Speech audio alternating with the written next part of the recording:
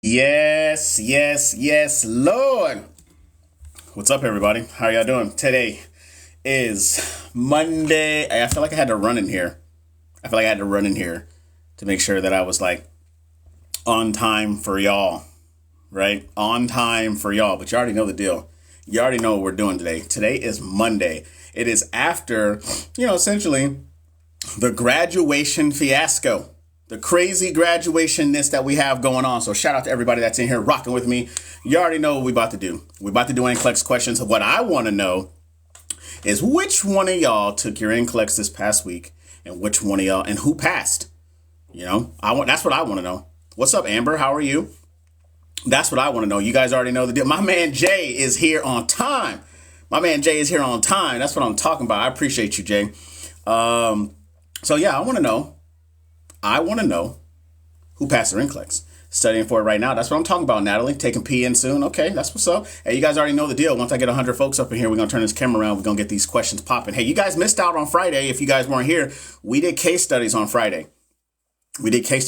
So what I think I'm going to do is I'm just going to designate a specific day to where I just do maybe one or two case studies and that's it. Because I think going through all those questions really gassed some people and the attendance wasn't there. So what I'll do is I'll just do case studies maybe once a week or something like that. We'll figure it out. I appreciate you. Shell, I appreciate you for being here. I appreciate you. Hey, so you guys already know the deal. I want to know who you are, where you're from, where you're at in your nursing journey. What's up, Jill? How are you? And I want to know it all. I miss your sale. Are you going to do one? I already did it. The sale was for this weekend, and it was for this weekend only. I called it the 48 for 48, so you could have got the NCLEX course for a lifetime access and all that good stuff for $48. So just had my last community clinical today. Okay, shout out to you, Veronica. All right, shout out to you. Hey, I need 10,000 likes, y'all. I need 10,000 likes. How can I prepare for to be a nurse in high school, almost a senior? Well, if you gotta knock out all your prereqs if you don't already have those done, as well as I would recommend finding a nursing mentor. That's what I would recommend to go into college. Okay. Somebody said something naughty. What's up, Rach? I see you out there, Miss Ma'am. Hey, so congratulations to everybody that graduated. Congratulations to all y'all, but also congratulations to those that took their NCLEX. I want to know who passed their exits. I want to know who passed that HESI. I want to know who passed, that ATI. And I want to know if you conquered that NCLEX. We don't pass NCLEX around here. We conquer it. I need for y'all to understand that. All right. 10,000 likes. Hey, if you're new here, make sure you guys share, follow, and smash that like button because that's what I need and that's what TikTok needs. It says, I'm just here to learn. I'm old and retired, just here to support your lives and tap on the man. That's what I appreciate. Hey, get carpal tunnel for me. Hey, but just because you're old, which we don't say that, we say mature, right? We say retired and mature around here. Come on. We got to switch the verbiage up. We got to keep it positive. All right. Hey, but just because you're retired and mature don't mean you can't get carpal tunnel for me. So I appreciate you. You know what I mean? Antic, I got you. All right. What are we thinking, y'all? So I'm gonna hang out here for about another few minutes. Like I said, Antique, I got you. So what are y'all doing? It says, did you ever take the TEAS exam?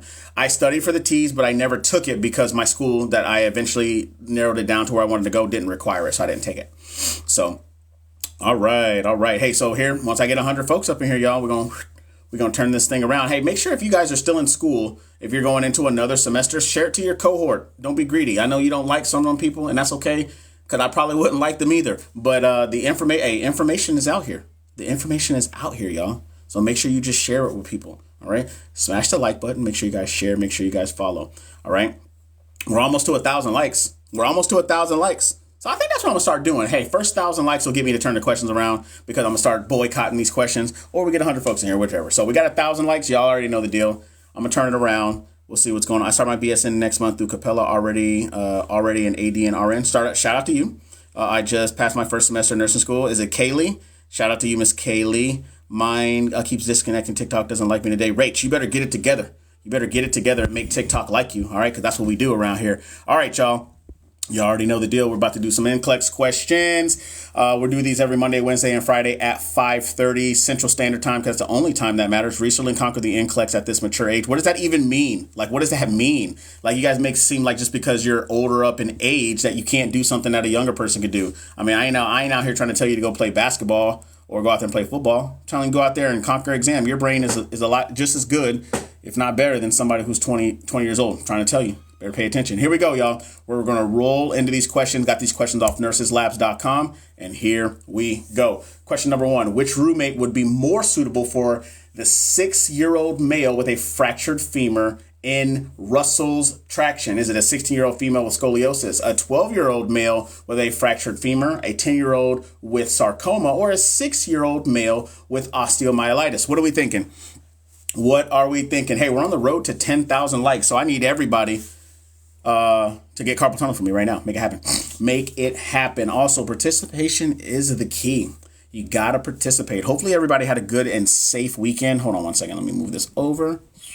Yeah. Hopefully everybody had a good and safe weekend. Rach says B. All right, Rach, I see you. All right, y'all. Oh, let me put y'all on a clock, too, because apparently y'all talk too much and y'all take too long. Oh, my goodness. Hey, if you're new here, welcome. We're doing NCLEX questions. I want you to smash that like button. I want you to share, and I want you to follow. Reagan says, started nursing school. Haven't started nursing school yet, but I'm going to guess B. Reagan, participation is the key. I would rather you guess than not do anything at all. All right. You have a 25% chance of getting it right than not answering it at all, which is 0%. All right. And here's our answer, y'all. And the answer is B, a 12-year-old male with a fractured femur. The 6-year-old should have a roommate as close to the same age as possible. So the 12-year-old is the best match. A bed is available and the parent and the patient gets assigned. There are certain constraints such as sex, semi-private versus private, isolation issues, acuity, telemetry, and specialty needs. All need to be taken into account to ensure that each patient goes to the right place and receives the proper care. But good capacity management demands that bed assignment be carefully considered and executed. That is part of basic care and comfort. All right, basic care and comfort is 6 to 12% on the NCLEX exam, okay? 6 to 12%. But these also help you when you guys are studying for your exams in school as well. But hey, your boy is an NCLEX fiend. That's what I'm about. That's what I like doing. So shout out to y'all. Hey, and if I sound kind of weird, it's because I got these allergies going on and I miss reading and I feel like I'm blind, but we're going to work through that. Here we go. Question number 2. A client with osteoarthritis has been prescribed Celebrex. Which instruction should be included in the discharge teaching? Is it A, take the medication with milk, B, report chest pain, C, remain upright after taking for 30 minutes, or is it D, allow 6 weeks for optimal effect? What are we thinking? Shout out to all 100 plus of y'all. We're doing NCLEX questions. We're on the road to 10,000 likes. So make sure you guys smash that like button. Make sure you guys share. Make sure you guys follow. Don't be greedy your whole life. Oh, by the way, if you come into my chat and you act a fool, I'm going to ban that ass. I'm just saying. Don't come up in here and tell me, oh, these questions suck or these questions are easy or this is dumb. No part of me cares about what you're saying. All right? Because if you don't like it, it's just like everything else. Go away. Yari says D. Hey, so some names look real familiar. Hey, there's another thing that I'm going to do too. Tonight, I'm going to bring up somebody. So if anybody wants to hang out after we do these questions, when I do my Ask Me Anything, if anybody wants to hang out and if you guys want me to bring you on so we can have a one-on-one chat, we can do that. But you got to hang out. You got to hang out towards the end. So here we go, y'all. Here's our answer in 3, 2, and the answer is B, report chest pain. COX-2 inhibitors have been associated with heart attacks and strokes. Any changes in cardiac status or signs of stroke should be immediately reported, along with any changes in bowel or bladder habits, because bleeding has been linked to using COX-2 inhibitors. So like all NSAIDs, Celebrex carries an FDA box warning for cardiovascular risk, including the increased risk of heart attacks and strokes. All right. That is part of health promotions and maintenance. What, bruh? Madison, what happened? Really, dang. Hey, so this is why it's very important when you guys are studying that you guys read your rationales. There's no tricks. There's no tricks for the NCLEX, all right? There's no tricks. It's called putting in the work. And that is what it is. You need content, you need questions and answers like we just did, and you need the rationale. The rationale is how you solidify what you are learning, all right? Don't get it twisted, because that's how it goes. I promise you, all right? Here we go. Question number 3. Sorry, I'm trying to fix this thing, but I don't know what's going on. All right, here we go. Question number 3. A patient with a fractured tibia has a plaster of Paris cast applied to immobilize the fracture. Which action by the nurse indicates an understanding of the plaster of Paris cast? The nurse, is it A, handles the cast with the fingertips, B, pedals the cast, C, dries the cast with a hairdryer, or D, allows 24 hours without bearing weight? What are we thinking? Saw this question in actual NCLEX. Look at that. Look at that. What was the answer to number 2? I forgot. Hey, so just like NCLEX, we don't go back. I forgot. I think it was, what was it? It was pain. Report of chest pain. There we go. There we go. Talking about for the Celebrex. All right, what are we thinking? Hey, if you guys are new here, welcome. We are doing NCLEX questions for both RNs and LPNs or LVNs, depending on where you are. All right. Hey, we're on the road to 10,000 likes. So smash that like button. Make sure you guys share. Make sure you guys follow. Hey, don't come over here and take all this knowledge and then not give it to somebody else. That's being greedy. Don't be greedy your whole life. All right. Learn how to work as a team. Give out that information. You know what I'm saying? Also, if you're new here, I want to know who you are, where you're from, where you're at in your nursing journey. And if you're not a nurse or on your nursing journey, what you doing in here? What you doing in here? And I don't mean that in a disrespectful way. I just want to know who you are and where you're from and what you do. You know, just fostering a good conversation. All right, here we go. Here's our answer in 3, 2. And the answer is D. Allow 24 hours before bearing weight. A plaster of Paris cast takes 24 hours to dry, and the client should not bear weight for 24 hours. After the process of applying the casting material is completed, the material will start to dry in about 10 to 15 minutes. The temperature of the skin might rise as the plaster is drying because of the chemical reaction that occurs. When plaster is used, it can take from 1 to 2 days for the for the cast to harden completely. That is part of safety and infection control. Don't know if anybody can see that, but that's part of safety and infection control. All right. Safety and infection control, that's like 9 to 14%. Smaller section on the NCLEX, but very important, but smaller than the big 3 sections on the NCLEX, okay? So shout out to everybody that got that question right, and we're going to keep going. Question number 4. The teenager with a fiberglass cast asked the nurse if it will be okay to allow his friends to autograph his cast. Which response would be best? So this is more of like a therapeutic communication, right? Remember, nursing is all about those therapeutic communication responses, right? It will be all right for your friends to autograph the cast. Because the cast is made of plaster, autographing can weaken the cast. If they don't use chalk to autograph, it is okay. Or is it autographing or writing on the cast in any form will harm the cast? What are we thinking? What are we thinking? And sometimes you can actually use personal experiences that you've had in order to answer these questions. Sometimes those questions are that easy. Hey, so when you're taking questions like on Kaplan, on Hearst, on UWorld, on Archer, those questions are going to be harder. NCLEX is very straightforward. It's a very straightforward type of questioning. All right. Those prep courses and stuff like that are meant to be harder to challenge you. So that way, when you come across something easy, you're going to be like, oh, that wasn't so bad. All right. I'd rather over prepare you mentally. That way you go in there and you rock that exam. All right. And if you're new here, welcome. We're doing NCLEX questions, both for RNs and LPNs. Make sure you guys smash that like button. Make sure you guys share. Make sure you guys follow. Do not be greedy. Don't be greedy. All right, y'all. Here we go. Here's our answer. Here's our answer in 3, 2, and the answer is A. It will be all right for your friends to autograph the cast. There's no reason that the client's friends should not be allowed to autograph the cast. It will not harm the cast in any way. So answers B, C, and D are incorrect. Fiberglass has several advantages compared to plaster. It weighs less, so the cast made from it will be lighter, more durable, and porous. Fiberglass allows air to flow in and out. Fiberglass is the better choice in case the limb must be x-rayed during the healing process, and is also available in a variety of colors. That is part of basic care and comfort, which is 6 to 12% on the NCLEX exam. Hey, basic care and comfort, that's something that you learn in foundations or fundamentals or whatever your school decides that they want to call it. All right. Those stuff, hey, just because you got through those classes doesn't mean it goes away. Last day of nursing school tomorrow. That's what I'm talking about, Sabrina.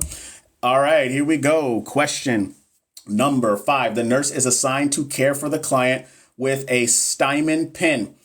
During pen care, she notes that the LPN uses sterile gloves and Q-tips to apply the pen. Which action should the nurse take at this time? All right. So now we're talking about what the job and the role and responsibilities of the LPN can do, right? So is it assist the LPN with opening sterile packages and peroxide? Tell the LPN that clean gloves are allowed, telling the LPN that the registered nurse should perform pen care, or asking the LPN to clean the weights and pulleys with peroxide. What are we thinking? And what are we thinking? Shout out to everybody. Hey, shout out to all 500 of y'all in here rocking with me. Hey, we're on the road to 20,000 likes. We're on the road to 20,000 likes. So shout out to everybody smashing that like button, getting carpal tunnel for me because I appreciate you. Who said that? Are you the one from Kate's chat? Yes, Belle, I am the one from Kate's chat. So welcome. Hey, if you guys are new here, like I said, we're doing NCLEX questions. Got them off nurseslabs.com. These are free sets of questions. You guys can go over there and check those out for yourself. Also, they have care plans over there. I used their same exact care plans when I was in nursing school. Trust and believe me, it made it so much easier while I was getting through it. Okay, but here we go, y'all. Here's our answer. In 3, 2. Hi, Kev. Let's heck this up. I totally know nurse. Okay, Belle, what's up? Let's do it. And the answer is A, assisting the LPN with opening sterile packages and peroxide. The nurse is performing the pen care correctly when she uses sterile gloves and Q-tips. All pens and wire sites must be cleaned daily. Basic pen care will be performed once daily by the hospital nursing staff prior to discharge from the hospital. Following discharge, the patient and family will go to the clinic for pen care, teaching, and instruction. That is part of management of care.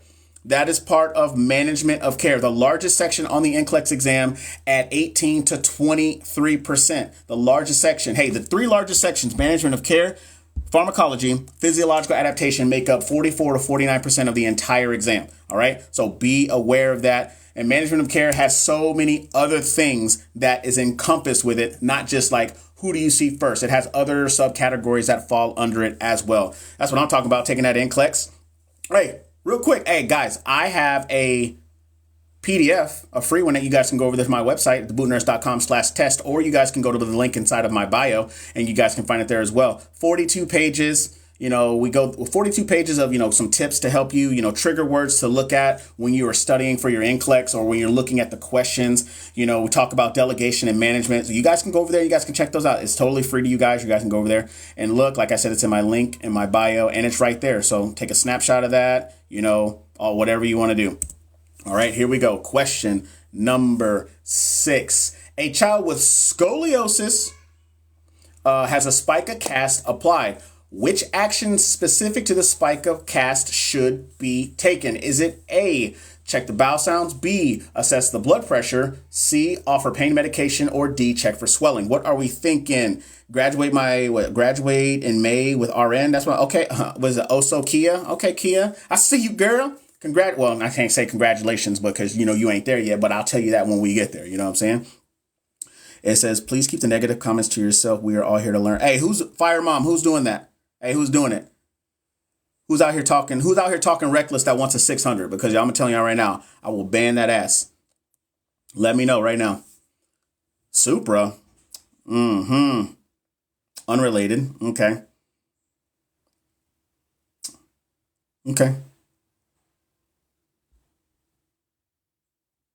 All right. Hey, the next time somebody does it, just drop an @ and let me see it. Hey, because, I'm only one person. I can't see it all. But hey, don't come over here acting a fool. Don't do it. All right, y'all. Here we go. Here's our answer in 3, 2, and the answer is A.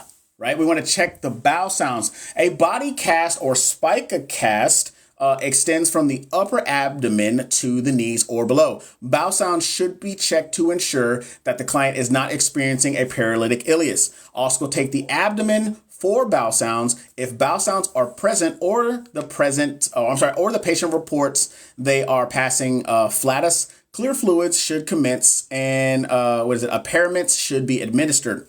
Let's see.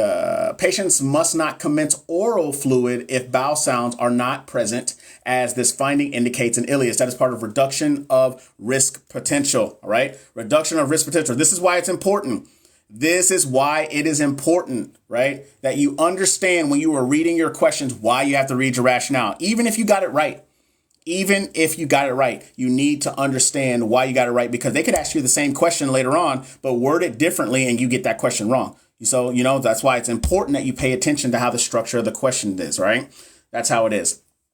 All right, here we go. Question number 7. The client with a cervical fracture is placed in traction. Which type of traction will be utilized at the time of discharge? Is it a Russell's traction, Buck's traction, halo traction, or Crutchfield tongue traction? All right, what are we thinking? Hey, if you guys are new here, welcome. We're doing NCLEX questions. Got them off nurseslabs.com. These are both for RNs and LPNs. Halo word for Beyonce. Stop it. Got them off nurseslabs.com. So they have free sets of questions over there. You guys can go over there and check those out. We do these every Monday, Wednesday, and Friday. So I appreciate y'all. Check out the links that I got going on in my bio. I got a free download over there, as well as some other stuff that we'll talk about later. Also, if you guys hang around at the end, I'm going to do an Ask Me Anything, and I'm going to bring one lucky individual, I guess if you consider yourself lucky, whatever, to come on and talk to me and let me know what's up. You know, tell me about your life and tell me what you got going on and how I can help you. All right. So here we go. RT headed to RN. Hey, shout out to all my respiratory therapists. I learned a lot about the vent, everything from the vent or about the vent from RTs. So I love y'all. I used to work in the ICU. I'll tell y'all about that here in a little bit as well. But the answer is C. We got that halo, halo, halo traction. All right, I'm done. No more of that. All right, halo traction will be ordered for the client with a cervical fracture. That is part of safety and infection control. Safety and infection control. Huge, huge, huge. We as nurses need to make sure that we are applying all the safe measurements, and we want to prevent infection or any type of further infection that a patient may get. All right. So understand that. All right. And also, if you don't know what these look like, Google them.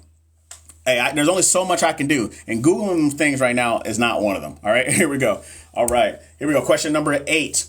A client with a total knee replacement has a continuous passive motion device applied during the post-operative period. Which statement made by the nurse indicates an understanding of the CPM machine? So what did the nurse say that was correct? As in like, okay, yeah, cool, I got you, I understand, right? Is it A, use of the CPM will permit the client to ambulate during the therapy? The CPM machine controls should be positioned distal to the site. If the client complains of pain during the therapy, it will turn off the machine, or I will turn off the machine and call the doctor. Or is it D, use of the CPM machine will alleviate the need for physical therapy after the client is discharged? What are we thinking? Shout out to all 300 plus of y'all. We're doing NCLEX questions. We're on the road to 20,000 likes. I know some people out there getting carpal tunnel from me, so I appreciate that. Also, got these off nurseslabs.com. Nextly, I want to know who you are, where you're from, where you're at in your nursing journey. Also, if you're not a nurse, what are you doing in here? I already saw somebody tell me that they're a RT. I've had people that were all the way in Nepal and the Philippines, New Zealand, coming over here, getting that knowledge, getting a learn on. So I appreciate everybody rocking and being here. So what you doing? I'll give y'all 15 seconds. Everybody's telling me C. I'm a MEDEX student. Okay. I graduated going to the ICU from Ghana. Yes, sir. All right, here we go. Guyana, okay. Texas, RN. Hey, shout out to everybody that lives in Texas. I live in Texas, specifically in San Antonio. I love it here. Don't ask me to go nowhere else. So I'm just saying. Just finished nursing school. That's what I'm talking about. My wife just graduated Saturday. Congrats to her. Way too much talking. One question every 10 minutes. Hey, Matthew, you can, I don't know if you know this, but you could go away. You could go away, bro. As a matter of fact, he gone now, so I don't even matter. Too much talking. Sorry. Here we go, y'all. Here's our answer. Here's our answer in 3, 2. And the answer, since I take 10 fucking minutes, I'll take even fucking longer if I want to. Here we go. And the answer is B. The answer is B. The CPM machine controls should be positioned distal to the site. The controller for the CPM device should be placed away from the client. Many clients complain of pain while having treatment with the CPM, so they might turn off the machine. The CPM flexes and extends the leg. CPM is a therapy in which a machine is used to move a joint without the patient having to exert any effort, right? That is part of physiological adaptation, which is the third largest section on the NCLEX at 11 to 17%. I'm so proud of you. Proud of you for that you graduated nursing school. Yeah, shout out to everybody. Hey, shout out to everybody that's doing their thing, right? Hey, physiological adaptation, third largest section on the NCLEX exam, y'all. Okay, so don't forget that when you start to go through these questions enough, you will start to understand, and everything will start to look familiar to you. No news, it'll be no new news to you. Okay, so here we go. Question number 9. A client with a fractured hip is being taught correct use of the walker, right? So think about the crutches, canes, and walkers lectures, right? The nurse is aware that the correct use of the walker is achieved if the patient essentially does what? Is it A, palms rest lightly on the handles? Is it B, elbows are flexed 0 degrees? The client walks to the front of the walker, or the client carries the walker? What are we thinking? LOL, D, LOL. Okay, I got you. What else are we thinking? I'll give y'all 15 seconds. Or I'll just give y'all 10 minutes. Or I'll just talk. Whatever. Hey, by the way, if you don't like it here, goodbye. And don't come over here trolling me, because I will troll that ass. I actually thoroughly enjoy trolling people. It's actually like my favorite pastime. If you guys are new here, welcome. We're doing NCLEX questions. Make sure you guys smash that like button. Make sure you guys share. And make sure you guys follow. Davey, hey, sir, you are the first one I will come after. Don't you do me like that. You already know what the deal is. All right, y'all. Appreciate that. Hey, what is that? Is that a bird? I don't know what that is. Oh, it's a blue. I appreciate that. Who sent that? Is it Augustine? Augustus. Appreciate you. Here we go, y'all. Here we go. Answer in 3, 2. And the answer is A. Palms rest lightly on the handles. The client's palm should rest lightly on the handles. The elbow should be flexed no more than 30 degrees, but should not be extended. Once a model of the walker has been selected, the fit of the walker becomes important. When holding onto the walker, the elbow should be bent in a position that feels comfortable and natural. The top of the walker should be even with the crease of the underside of the wrist when the arms are relaxed at the side. That is part of safety and infection control. Of course, it's going to be part of safety, right? I want to make sure that I'm giving this client or this patient, by the way, those two words are interchangeable. Do not get hung up on them. Yari, appreciate the gingerbread man, but they're interchangeable. But you want to make sure that they have the right size, the right fit, because you don't want them to further injure themselves. All right. So be aware of that. All right. We not here to worry about who belongs to who. All right. Here we go, y'all. On to the next one. Here we go. Question number 10. When assessing a laboring client, now we kind of switch it up a little bit. When assessing a laboring client, the nurse finds a prolapse cord. The nurse should what? So what is the first thing I should do? Attempt to replace the cord, place the client on our left side, elevate the client's hips, or cover the cord with a dry, sterile gauze. What are we thinking? What are we talking about? I don't know what's going on. I have no idea what's going on. Augustus, appreciate is that a dinosaur? Appreciate the tiny diny. Appreciate you. Hey, if you guys are new here, welcome. Make sure y'all smash that like. Hey, we're on the 20,000 likes. Yep. Savage, I see you in there. Savage was in here last week answering all these questions. Appreciate you being here, brother. Is this labor and delivery? Man, I was about to say such a smart ass answer. The answer is yes. I'm not going to say nothing else because that was about to be a reflex. Hey, if you guys don't know, I've been in the Navy for 16 years, so I will literally clap back with a crazy ass response. All right. But to you, that answer is yes, this is laboring. Kevin, I passed my NCLEX. Hey, shout out to Amber. Hey, everybody knows what to do right now. Everybody right now, y'all, while y'all are answering, y'all give Amber all her love right now. Amber, congratulations to you. Welcome to the greatest shit show on earth, known as nursing. If you could give advice, if you could give one thing of advice, what would you give to people? No wonder you sound like the Army nurse I work. First of all, I said I was in the Navy. I don't even know what that means. I don't know what that means. I've never been in the Army, ever. Not once in my 16 years. But here we go. Answer in 3, 2. And the answer is C. Elevate the client's hips. Elevate the client's hips. The client has a prolapse cord. I'm sorry. The client with a prolapse cord should be treated by elevating the hips and covering the cord with a moist, sterile saline gauze. The nurse should use her fingers to push up on the presenting part until a cesarean section can be performed. Cesarean section should be performed before rupture of the membrane or the cord would slide down the vagina. That is part of physiological adaptation. Third largest section on the NCLEX exam at 11 to 17%. Is that a turkey? Augustus, man, you are really dropping them in here and I appreciate you. So he's like, I knew it. There you go. That's what I'm saying. Practice, practice, practice. You need content, Q&A, and you need rationales. All right. So when we're talking about that prolapse cord, hey, first thing that I want to do is I want to elevate those hips. That's the very first thing I want to do. Physiological adaptation. All right. Remember, third largest section on the NCLEX exam. Hey, real quick, hey, I have an ebook. That link is also in my bio, but I have an ebook. Remember, when it comes to doing anything and passing and conquering anything, it starts with you. And that's a fact. I don't care what nobody says. You try to blame people for not doing something. Hey, it's all on you. It all starts with you. Hey, but I have an ebook over there. You guys go over there and check that out at that website, thebootnurse.com/victory, or you can check it out in the link right here, right up there, top left. All right. So, hey, there's over 700 pages over there. We talk about delegation management, talk about EKG or ECG interpretations, all types of pharmacology medications that are over there. So, yeah, you guys can check those out. Those links are in my bio. Question number 11. The client presents to the clinic with a serum cholesterol of 275 milligrams per deciliter and is placed on Crestor. Which instruction should be given to this client? Is it A, report muscle weakness to the physician? Is it B, allow 6 months for the drug to take effect? C, take the medication with fruit juice? Or is it D, ask the doctor to perform a complete blood count before starting the medication? What are we thinking? What are we thinking? Hey, so when it comes to the process of elimination or applying what you know versus applying what you don't know. Okay, I'm about to give a patient a medication. Like what instruction should be given to this client? So I'm going to try to think of some of the things that are bad that are going to be happening, if I start a patient on a medication, right? And then what would I want to do if something bad could potentially happen, right? Also, do I want to check out any type of parameters before I administer this med, right? D-statin affects liver. Look at you. Is it VV Charles? All right. Hey, shout out to all 200 plus y'all. Every single time I do a commercial break, I swear I lose like 100 people. They're just like, bro, I'm taking whatever you're sending to me.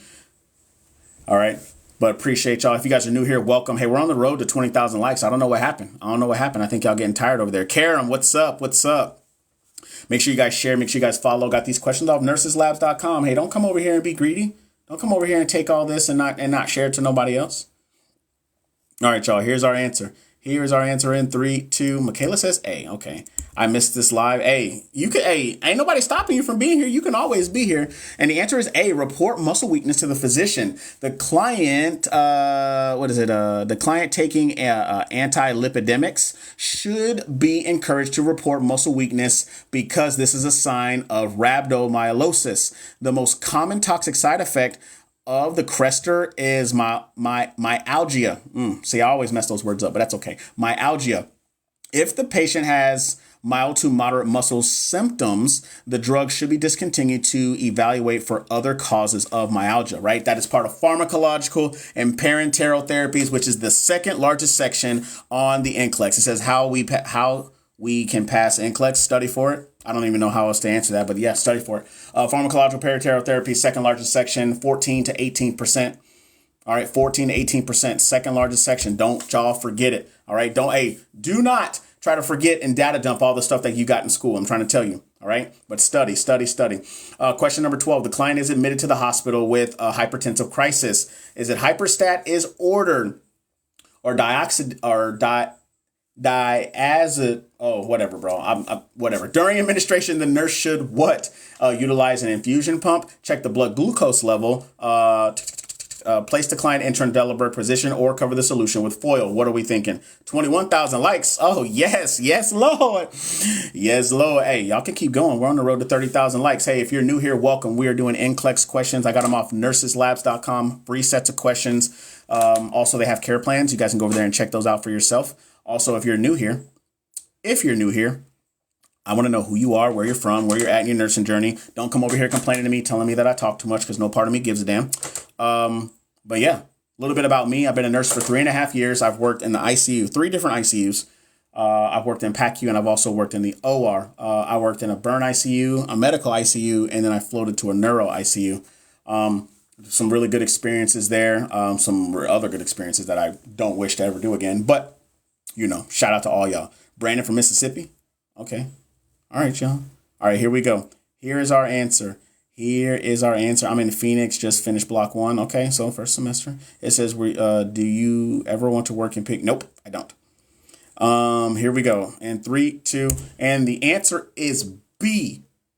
The answer is B. You want to check the blood glucose level. Hyperstat is given as an IV push for hypertensive crisis, but it often causes hyperglycemia. The glucose level will drop rapidly when stopped. This medication is used to treat very low blood sugar.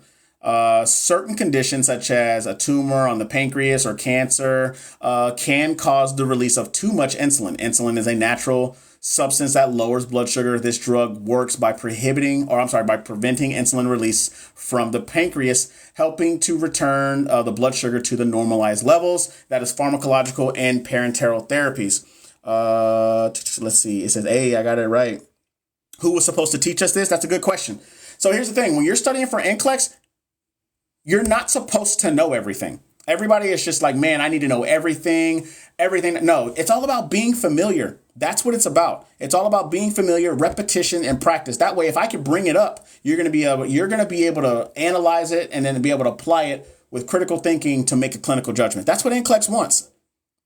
Yeah, I know the professors and instructors don't do this. This is why I do this. This is why it's different. I'll tell y'all another little story after this one. But question 13, the 6-month-old with ventroseptal defect is receiving digitalis to regulate or for regulation of his heart rate. Which findings should be reported to the doctor? So something must be wrong.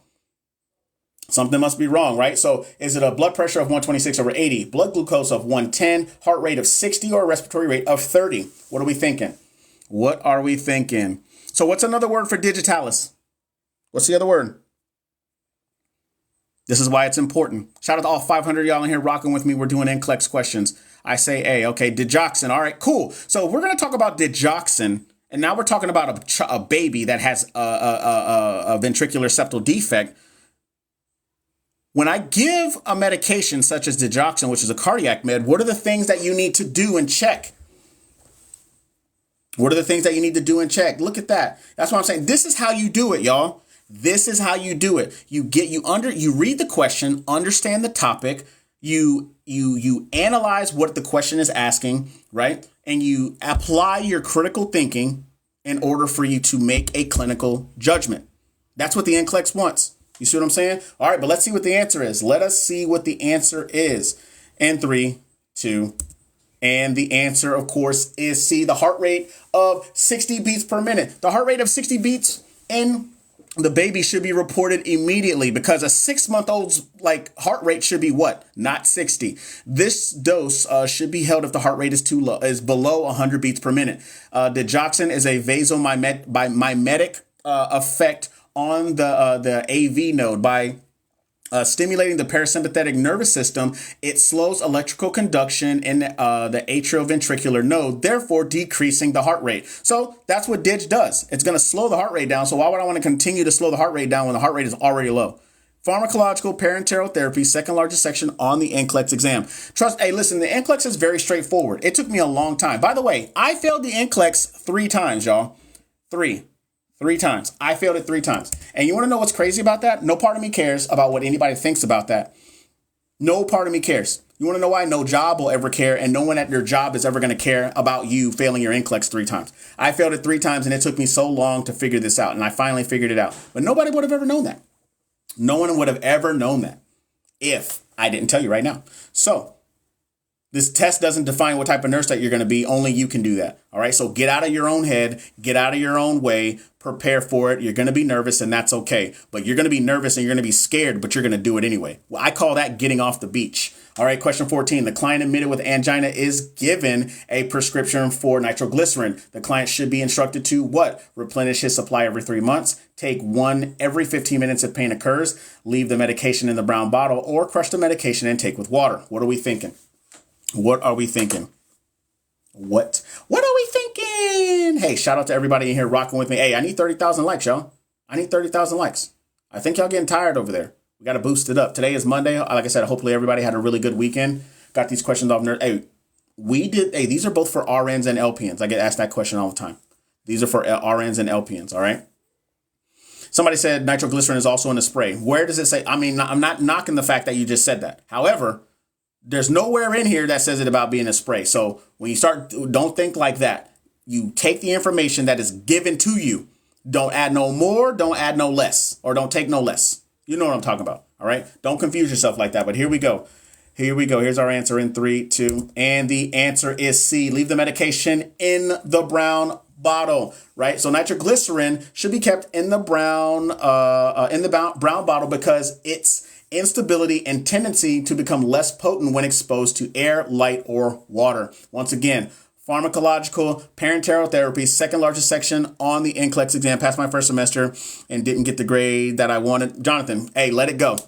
Hey, you just told me you passed your first semester. You started with a positive and ended with a negative. Hey, just tell me you passed your first semester. You didn't get the grade you wanted. That's okay. Hey, get over it and keep it pushing. That's all that matters. Because no one's going to care a year from now when you're a nurse saying like, hey, what did you get in your first semester? No one cares, bro. No one cares. And I say that with all love and sincerity, I promise. I take my NCLEX on the second time on January 5th, and I'm so scared. Hey, Alexandra, you can be scared all you want, but you're going to do it anyway. So if you're scared, go to church. But if you're scared, you're going to do it anyway. All right, here we go. Question 15. The client is instructed regarding foods that are low in fat and cholesterol. Which diet selection is lowest in saturated fat? Mac and cheese, shrimp and rice, turkey breast, or spaghettis? It says I'm watchful. No double answers. Also, hey, RTFQ, you got to be a Capricorn. What does that even mean? What does that even mean? You got to be a Capricorn? I didn't realize that astrology really just defines who a person is. And I'm a Scorpio, so don't play with me. Hey, if y'all like that, hey, smash that like button. Give me 30,000 likes. Stop playing with me. All right. Hey, if you're new here also, I appreciate y'all. By the way, if you're a patient care tech, if you're a patient care tech, LPN, LVN, X-ray, OT, RT, lab, pharmacy, I fucking love y'all. And sorry, if I said the F word, get used to it because all the nurses say the F word. So I appreciate every single one of y'all because we couldn't do anything. You yapping? Hey, then go away if you don't like me yapping. Black end monkey. What the fuck, bro? Like, what you mean? If I'm yapping too much, I mean, you got ears. You can close them. Don't come over here acting a fool. All right, y'all, here we go. Here's our answer in 3, 2. And the answer is C, turkey breast. Turkey contains the least amount of fats and cholesterol. Both turkey and chicken are rich in high quality protein. Chicken breast has slightly more protein than turkey breast, but turkey thigh is minimally higher in protein than chicken thigh. The other meat cuts provide equal amounts of protein. That is part of basic care and comfort. 6 to 12% on the NCLEX exam, y'all. 6 to 12% on the NCLEX. Hey, by the way, like I said, if y'all don't like me yapping, y'all don't got to be here. That's a good thing. It's just like, hey, people complain about spending money, but you're the consumer. The power's in the pocket, bro. Go away. But shrimp and rice, nothing. Yeah, that's true. Here we go, y'all. On to the next one. Appreciate everybody. Here we go. Hey, real quick. I have an NCLEX course, y'all. I just uploaded pharmacological parenteral therapies, physiological adaptation, as well as basic care and comfort in regards to the NCLEX review. You guys can take that. Look at it. That link is in my bio. Go over there and check that out, or go to thebootnurse.com/special. All right. Here we go. Question number 16. The client is admitted with a right-sided congestive heart failure. I don't know why I emphasize right, but anyways, in assessing the client for edema, the nurse should check the what? Feet, neck, hands, or sacrum. I was about to say scrotum, but obviously that's my dyslexia acting up, so I got to fix that. You know what I mean? But shout out to all 500 of y'all in here rocking with me. Once again, you come to my chat and you start acting up and start telling me what to do, I'm gonna tell you what to do. And by that, I'm gonna ban that ass. So don't be that person. What's up, Army Wife? Army Wife says A. Yap, yap, yap, love, love. Hey, I love that you put love, love after there because I was about to ban. All right, what are we thinking? Neck vein, okay. Sacrum, B, not A, okay. What are we thinking? Hey, if you guys are new here, welcome. I want to know who you are, where you're from, and where you're at in your nursing journey. But C could be also swelling, right? Okay. All right, y'all. I'm going to give y'all a few more seconds. Venus return with A. Okay. Georgia. All right. From Canada. Shout out to Canada. I got a lot of folks from Canada up in here. Well, I like your yapping. All right. I appreciate that. I'm glad you follow with that because I'm going to be like, look, don't be coming up in here acting crazy with me. All right. Here we go. Here's our answer in 3, 2. And the answer is neck. The jugular veins in the neck should be assessed for distension. Increased blood volume, which can occur with right-sided heart failure or anything that interferes with filling of the right atrium or movement of blood into the right ventricle, can increase central venous pressure and the amount of jugular vein distension. That is part of reduction of risk potential, which is 9 to 15% on the. Josh said, yes, that's what I'm talking about. Shout out to all 900 of y'all. Reduction of risk potential, a lower section on the NCLEX when it comes to the client needs, but still a very important section. All right. Very important section. Somebody said, why is it not A? I usually don't read it, but here, this is why. Here's your option A. Jugular vein distension is affected by the position of your body. If the height is greater than 3 to 4 centimeters when measured while you are in bed with your head elevated 45 degrees, this may signal a vascular or heart disease. Smaller amounts of jugular vein distension can occur in people without heart or vascular disease. So we're specifically talking about somebody who has right-sided heart failure. That's what it's talking about. All right. So that's why it's that is why it's important that you read your rationales. Thank you for doing this live. Hey, Army Wife, I do these every Monday, Wednesday, Friday at 5:30. All right. So by the way, like I said, that is why it's important that you know your content, study your content, you do your Q&A, and you do your rationales. That is how you solidify it. I appreciate what you're doing on your page. More upcoming nurses need to be encouraged. Hey, this is what I like to do. Question 17. The nurse is checking the client's central venous pressure. The nurse should place the 0 of the manometer at the what? Is it the phlebostatic axis, the P or the PMI, the Erb's point, or the tail of Spence? What are we thinking? Hey, by the way, y'all, I applied to work at a bunch of different schools so I could be an adjunct instructor, and none of them called me back. So you know what I did? I started doing these on TikTok. And I get more feedback on TikTok than I ever would if I was ever at a hospital or ever at a school. But I would love to actually do the hands-on stuff with people at school, but they don't want me there, guys. They don't want me there.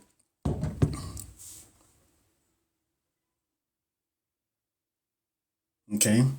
All right, what are we thinking? I'll give y'all 10 more seconds. Appreciate all the shares. Appreciate all the follows. Hey, we're almost at 30,000 likes. If you guys are new here, we're doing NCLEX questions. I would quit my current program and apply for yours. So the thing that's great is I try to do this as much as possible. Remember, y'all, I failed my NCLEX. This is why I do this, is because the best way to learn is to teach other people. Here we go. Here's our answer in 3, 2. And the answer is A, phlebostatic axis, right? The phlebostatic axis is located at the 5th intercostal space, mid-axillary line, and is the correct placement for the manometer. Phlebostatic axis is a point located by drawing an imaginary line from the 4th intercostal space at the sternum and finding its intersection with an imaginary line drawn down the center of the chest below the axillae, right? That is a reduction of risk potential, 9 to 15%. October magic. That's what I'm talking about. I got it right. Don't sound so surprised. You never learned about this, but you learning about it now. You see what I'm saying? You ain't learned about it then, but you learning about it now. And you'd be so surprised on where it will come in handy even once you start working as a nurse. All right. So good on y'all for getting that answer right. Hold on one second, y'all. Hey, by the way, if you guys see people coming into my chat and it says watch my private or whatever and their bots, let me know so I can ban them because they're silly. Why would I want to buy your nudes when we can get them for free? Here we go. Question 18. The physician orders lisinopril and furosemide to be administered concomitantly. Who the fuck says that? To a client with hypertension. The nurse should what? Question the order, administer the medications, administer separately, or contact the pharmacy. What are we thinking? Shout out to all 630 of y'all doing NCLEX questions. These are both for RNs and LPNs. All right. And by the way, if these lives have helped you in any sort of way, send me a DM and let me know. If you've used anything that I've done, such as the lives, the NCLEX course, whatever, the ebook, the free guide, whatever, let me know. Let me know. That actually helps me out a ton. And it actually helps get it out to other people. All right. So what are we thinking? I'll give y'all 15 more seconds. 2 water pills, CNA here. And I feel like it's A. That's cool. Jen, I do one-on-one tutoring. You can check that link out. It's in my main bio. You can check that out. All right, we got B, we got A's. What else we got? Does it help to pass? Using NCLEX Bootcamp, very good. It does help to pass. I'm glad. All right, here we go, y'all. Here's our answer. Here is our answer in 3, 2. And the answer is B, administer the medication. Hey, remember, That's part of pharmacological and perinatal therapies, which is the second largest section on the NCLEX exam at 14 to 18%, right? Lisinopril is an ACE inhibitor and is frequently given with a diuretic such as furosemide for hypertension. Studies of hypertension confirms that ACE inhibitors enhance the antihypertensive effects of diuretics, though the interaction appears more additive than synergistic, right? Combining diuretics with ACE inhibitors appears to be no more effective than combining them with beta blockers, okay? So you can there's a really good app that's out there. It's called Hippocrates. It's a really good pharmacology app that I used when I was working in the ICU. All right. And so that way you can know what meds could be given with what. So if especially if you're given IV meds for my RNs, right, knowing what meds can go in what lines, so on and so forth, which ones are compatible with it. It's called Hippocrates. I can't spell it for you, but just, there you go. Hippocrates. There you go.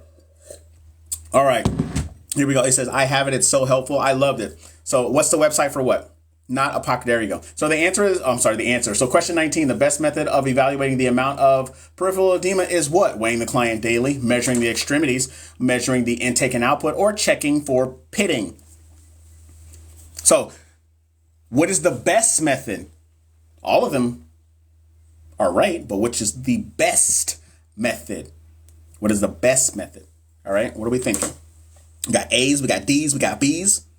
Mads, appreciate the follow. Thank you. And why I come across this? And hey, I'm trying to tell you something. Hey, sometimes you just can't make these things up. You'll just find them all over the internet, and you'll be so surprised on how helpful they are. Appreciate everybody. Hey, we're at 40,000 likes. I just want to let y'all know the most likes I've ever had is 118,000 likes in one sitting, and that is wild to me. So I appreciate y'all. Here we go.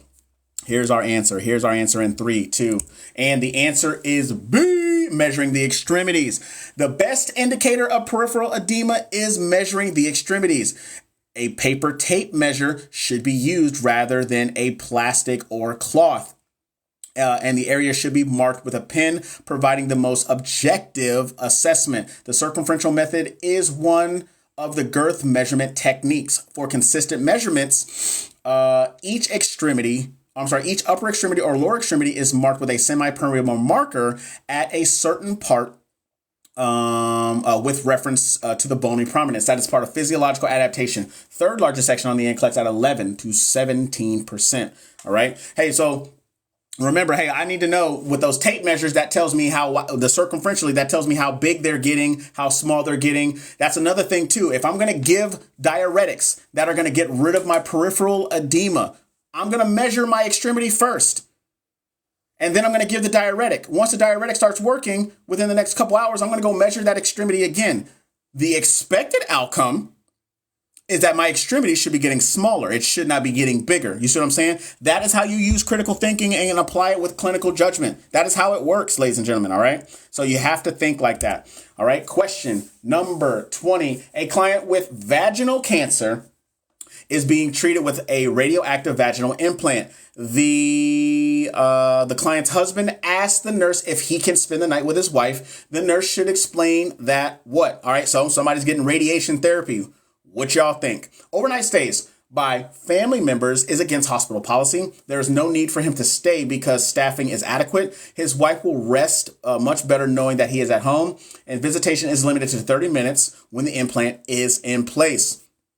And I'm not going to sit here and say that it's common sense because everybody in this chat is in a different stage in their nursing career. I do these, is it Channy? I do these Monday, Wednesday, Friday, 5:30 Central Standard Time because that's the only time that matters, especially if you're in Texas. Shout out to everybody that's in Texas, but the Cowboys pissed me off this past weekend. So Joe says it's totally B. Really, Joe?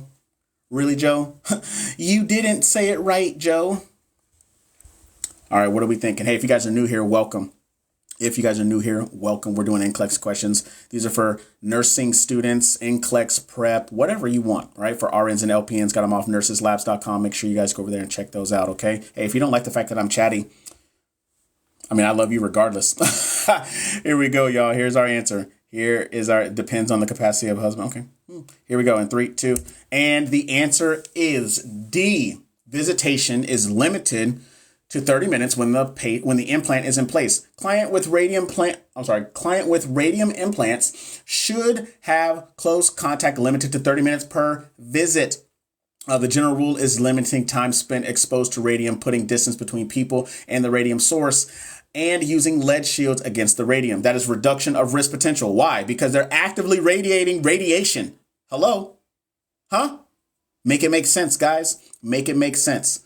All right. Sometimes it is that easy. Don't make it more difficult for yourself. However, if this is something that you're seeing new for the first time, this is how you know how you have to study. All right. I'm putting y'all on game. This is how I study. This is how I studied when I took it my fourth time, y'all. Fourth time. Here we go. Here we go. So shout out to everybody that got that answer right. Oh, hey, so somebody asked me, hey, Kevin, do you do private tutoring? I do private tutoring. There it is right there. Private tutoring. Go to the website right there. Check it out, thebootnurse.com/call, or you guys can go up to the link in my bio and you guys can see it up there. We can get whatever rolling. So if you're doing your exit HESI for ATI, if you're doing your exit ATI, or if you're doing your exit HESI, or studying for NCLEX, or pre-nursing, anything that you want to talk about, I got you. We talk about it there. All right. Question 21. The nurse is caring for a client hospitalized with a facial stroke. Facial. Which diet selection would be suited for the client? Is it a roast beef sandwich, potato chips, pickle spears, and iced tea? Is it split pea soup, mashed potatoes, pudding, and milk? Is it tomato soup, cheese, toast, jello, and coffee? Or is it a hamburger, baked beans, fruit cup, and iced tea? What are we thinking? What are we thinking? Everybody, okay, we got some folks saying B. Hey, we're on the road to 40,000 likes. 40,000 likes. So if you just now joined us, we're doing NCLEX questions. So I appreciate everybody rocking with me. Also, I want to know who you are, where you're from, and where you are at in your nursing journey. All right. Hey, and if you guys are in school, share it to your cohort. Hey, you may not like them, but I might like them. Okay. Like the hell? What do we mean? Share it to them. Here we go. Here's our answer. In 3, 2, and the answer is B. It is split pea soup, mashed potatoes, pudding, and milk. Somebody said a soft diet. Absolutely. A client with a facial stroke has difficulty swallowing and chewing, and these food items mentioned provide the least amount of chewing, right? Consult with a speech therapist to evaluate gag reflex, assist in teaching alternate swallowing techniques, advise the patient to take small boluses of food. I don't know why boluses is in there, and inform the patient of foods that are easily to swallow, provide thicker liquids, or a puree diet as indicated. That's part of basic care and comfort, y'all. Basic care and comfort, something that you learn in foundations or in fundamentals, right? Very first semester when you guys go to the clinicals or whatever, and you guys are learning how to do bed care and feedings and all that stuff. You don't unlearn it. You can't unlearn it. Don't unlearn it. Trust me, it's going to be part of your career the whole time. All right, here we go. Question number 22. The physician has prescribed Novolog insulin for a client with diabetes mellitus. Okay. Which statement indicates that the client knows when the peak action of the insulin occurs? Is it A, I will make sure I eat breakfast within 10 minutes of taking my insulin. I will need to carry candy or some form of sugar with me at all times. I will eat a snack around 3 o'clock each afternoon. Or I can save my dessert for supper, or save my dessert from supper for a bedtime snack. What are we thinking? It says, I'm not in school yet, but thank you for doing these lives and teaching others. This is what I like to do. Hey, I've been an instructor. I've been an educator for the last 8 years, y'all. It'll be 9 years next month, actually. I was an instructor for a surgical technology program for about 3.5 years. I taught pre-hospital trauma. I taught ACLS. I taught advanced burn life support. I was a tactical combat casualty care instructor, and now I'm a trauma nurse instructor. So I've been teaching for a little bit. And so this is what I thoroughly love doing. I really do. So I appreciate everybody being here rocking with me, because y'all are all about getting this knowledge. All right. So here we go. Let's see what this answer is. Let's see what the answer is in 3, 2, and the answer is fuzzy as hell. Okay, well, I'll read it to you anyway, but the answer is A. All right, the answer is A. Novolog insulin onsets very quickly, so food should be available within 10 to 15 minutes of taking the insulin. The onset of this action is 1 to 3 hours, right? Crystalline NPH insulin administration is subcutaneous. Administration is not IM or IV. NPH insulin is available in two-phase solution, which means that apart from the NPH, it has a solvent or a rapid-acting insulin solution. It comes in the form of subcutaneous suppression or suppression pen injector. That is part of pharmacological and parenteral therapy, which is what? The second largest section on what? The NCLEX at what? I almost forgot, 18%, right? So second largest section on the NCLEX. Remember, pharmacological and parenteral therapies, physiological adaptation, management of care. Three largest sections on the NCLEX make up almost half, 49%. All right, 44 to 49. So I appreciate everybody. That got that answer right. All right, here we go. Appreciate the rose, Ash. I appreciate you. Question number 23. The nurse is teaching basic infant care to a group of first-time parents. Right? The nurse should explain that a sponge bath is recommended for the first 2 weeks of life because of why. Sorry if you guys hear my son in there screaming. I don't know what his deal is. He's 2 and he runs the household. Don't pay no bills, but we got to listen to him. So is it A, new parents need time to learn how to hold the baby? Is it B, the umbilical cord needs time to separate? Newborn skin is easily traumatized by washing? Or is it D, the chance of chilling the baby outweighs the benefits of bathing? Wow. Tongue twister. What are we thinking? Yeah. So I've been an instructor for quite some time. I'm gonna give y'all 15 more seconds. If you guys are new here, welcome. I want to know who you are, where you're from, and where you're at in your nursing journey. Shout out to all 780 of y'all in here. I think I ended up having like 1,400 people in here at once. I think it was like last Wednesday, which was crazy. I didn't know that many people liked me. Okay. All right, y'all. Here we go. All right, go. Rachel, appreciate the follow. Thank you. Here we go. Here's our answer in 3, 2. Queen of Hearts. Thank you for the follow. And the answer is B. The umbilical cord needs time to separate. The umbilical cord needs time to dry and fall off before putting the infant in the tub. The first bath should be a sponge bath. What is it? It says pick a warm room with a flat surface, like a bathroom or a kitchen counter, a changing table or a bed. Cover the surface with a thick towel. Make sure the room temperature is at least 75 degrees Fahrenheit because babies chill easily. That is part of health promotions and maintenance, 9 to 15%. A little bit lower section on the NCLEX for category needs, but still very important because it is part of the 8 sections of the client needs for the NCLEX that you need to know. I start my last semester of my accelerated program next month. That's what I'm talking about. Tasha, you hate peds? Me too. A surge tech. But I know a little something. That's okay. I'm a surge tech too. I actually still have my national cert. And that's another thing. I actually used to teach a CST prep course for people taking their national certification exam. So like I said, I've been doing this for quite some time. Is CNA worth it? Gabrielle, is it Gabrielle? Gabrielle, that depends on you. If you're trying to become a nurse, I think it's actually a really good thing for you to do because it gets you familiar and keeps you around the people that you're trying to be like.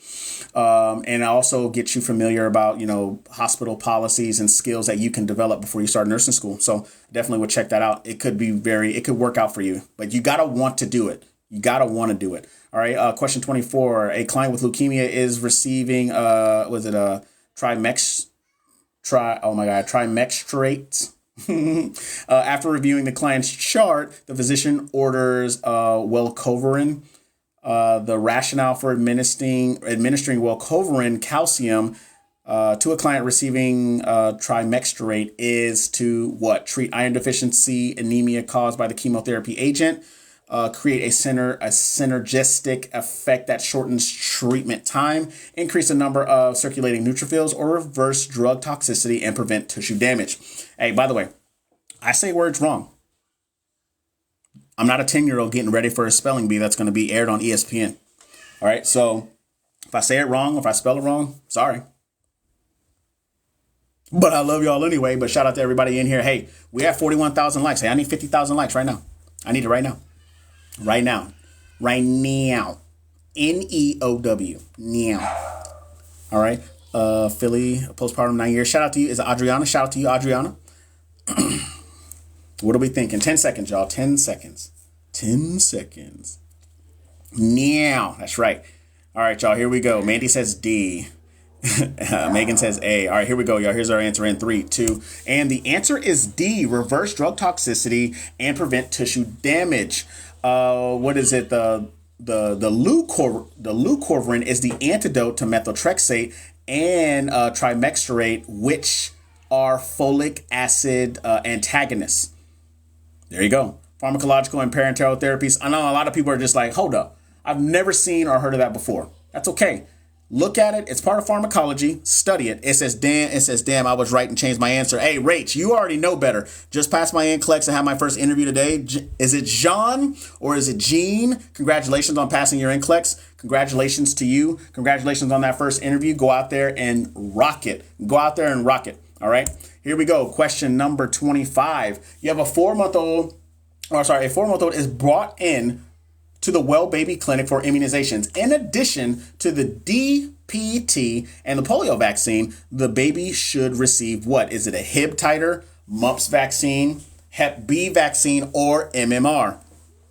Y'all already know what to do. Give Jean all of the love. Tell her congratulations.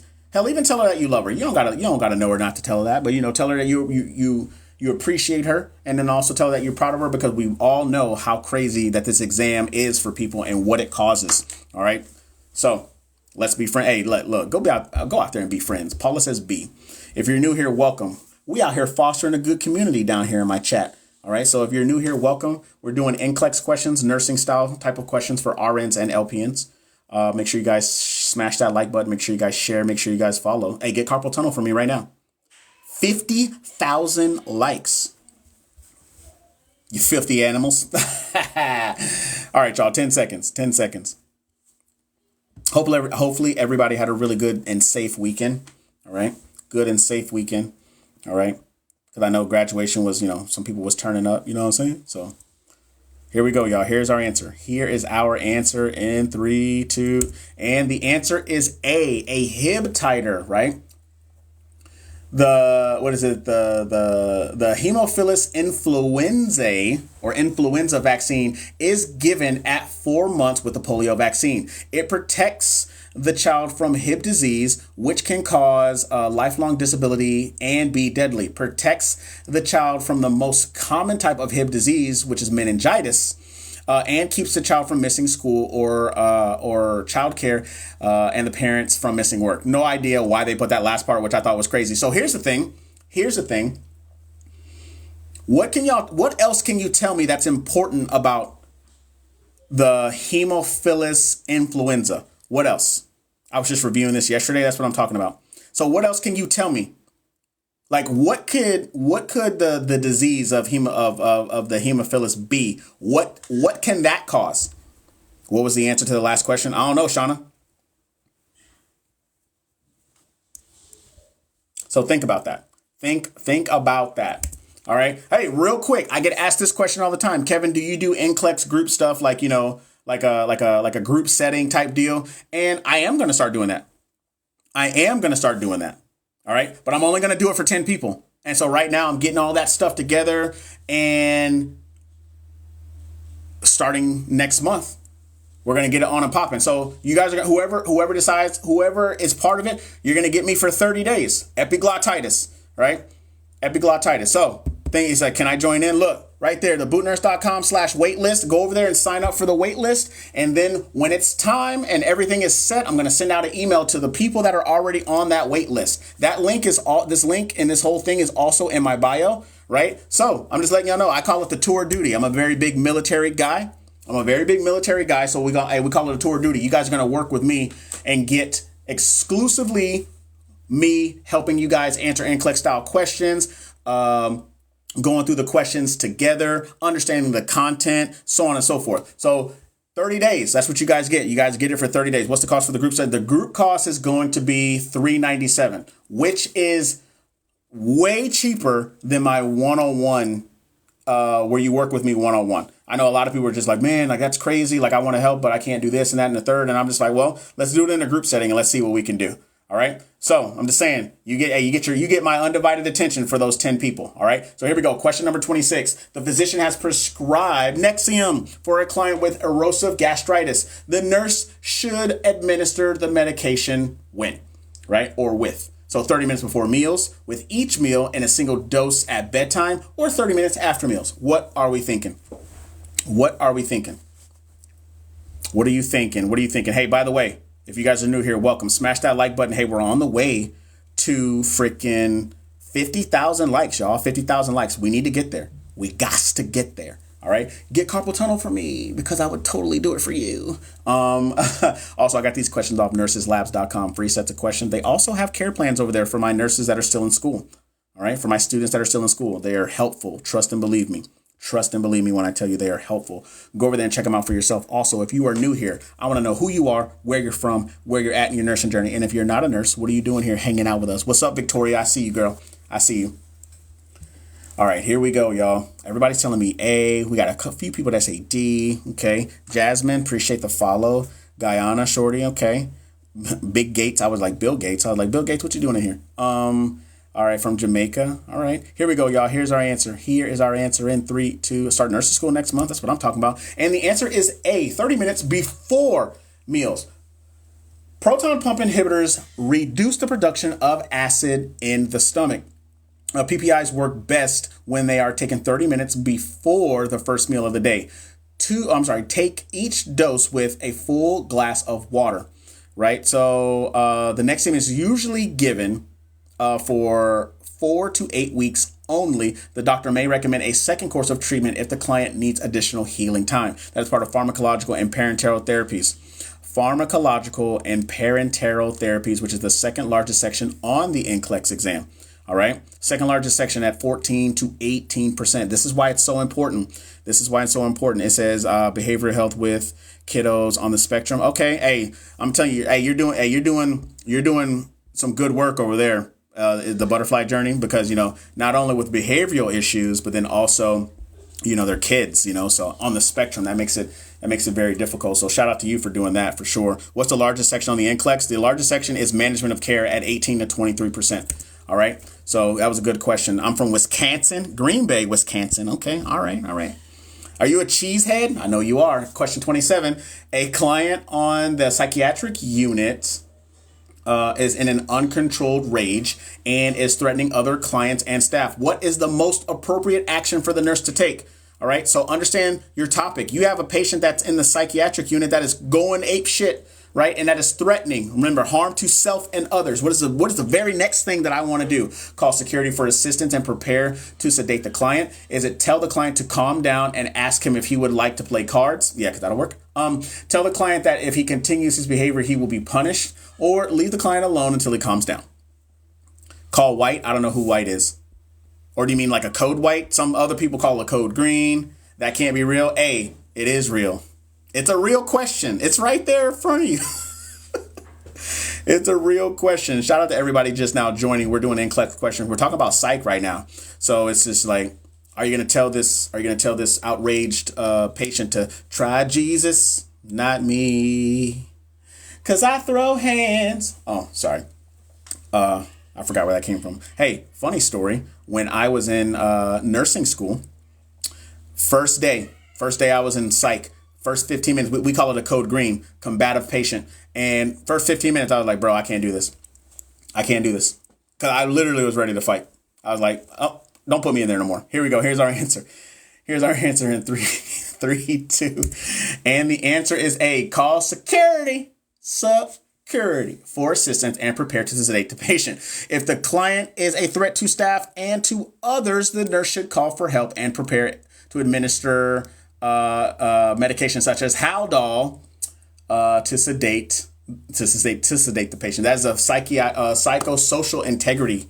Psychosocial integrity, ladies and gentlemen. Smaller section, right? Smaller section at like 9 to 11%.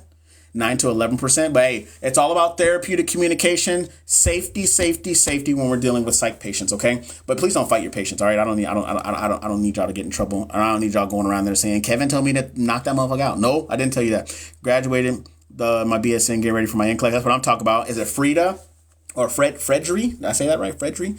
It says you say you're ready to fight. The fight response. Look, I'm telling you, that fight or flight. I'll be ready for it.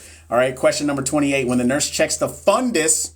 Here we go. When the nurse checks the fundus of a client on the first postpartum day, she notes that the fundus is firm. and at the level of the umbilicus or umbilicus and is displaced to the right, what's the next action the nurse should take? Right? Is it check the client for bladder distension, assess the blood pressure for hypotension? Is it determine whether the oxytoxic drug was given, or check for the expulsion of small clots? What are we thinking? Shout out to all 650 of y'all in here rocking with Go Pee. Shout out to all 650 of y'all in here rocking with me. Y'all got me to 50,000 likes, so I love y'all. Now give me the 60, make it happen. I love y'all. Same question on my Hesse. Look at that. Ain't that something? Ain't that something? Hey, you can only ask or see a question so many times. Not times. If you guys are new here, welcome. Hey, I want to know who you are, where you're from, where you're at in your nursing journey. And if you're not a nurse, what you doing here? I saw this on my NCLEX test. I don't remember my answer, but I think it's A. Okay. All right, Rach. You think it's A? Okay. Hey, there's nothing wrong with you guys telling me why you chose your answer to. Just saw this question last night. Look at that. All right. Here we go. I'll give y'all 10 more seconds. 10 more seconds. A, I'm a postpartum nurse. You can't answer then. That's cheating, Sabrina. Fundus among us. Supposed to be to the left. Okay. Never mind. It's A. All right. Hey, remember RTFQ. Hey, tell me if y'all know what RTFQ means. I want y'all to write it down there in the chat. Here we go. Here's our answer in 3, 2. And the answer is check the client for bladder distension. All right. If the fundus of the client is displaced to the side, this might indicate a full bladder, right? The next action by the nurse should be to check for bladder distension and catheterize if necessary. Somebody said, wait, Go Pee, read the flipping questions. Sure, Maxie. We'll flipping. You know what? Flipping's cool. I like that. I like that.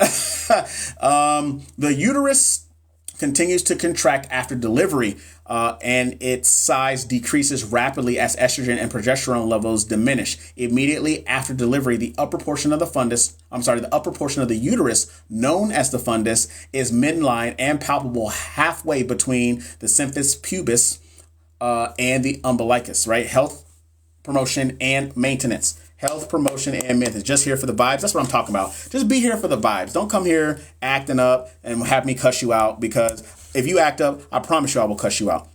It says LOL, A, you're so cute, right? Ain't it? So question number 29. The client is admitted to the hospital with a temperature of 99.8 degrees Fahrenheit, complains of a blood tinge, hemoptysis, fatigue, and night sweats. I wonder if there's enough information in the stem of the question for you to just be like, oh, I know what it is. The client's symptoms are consistent with the diagnosis of what? Is it pneumonia? Is it a reaction to antiviral medications, tuberculosis, or superinfection due to low CD4 count? Keyword night sweats. Okay. What are we thinking? Hey, shout out to all y'all rocking up in here. What is RTFQ? You want me to tell you what RTFQ means, or you want the chat to tell you? Chat, y'all tell her what it means, because if I say it, somebody's going to get mad at me for saying the F word. Is there a lot of math on the NCLEX? It depends, honestly. When I took my NCLEX this last time, I didn't have any. The first 3 times I took it, I had at least 2 dosage calculations on each one of them. All right, y'all. Give y'all 10 seconds. Menopause? Really? Read the menopause question. What's the answer? Hey, how about you just wait? We getting there. I'm sorry that was my go-to. But no, wait. Here we go, y'all. Here's our answer. Here is our answer in 3, 2. And it is C. It is tuberculosis. Hey, physiological adaptation.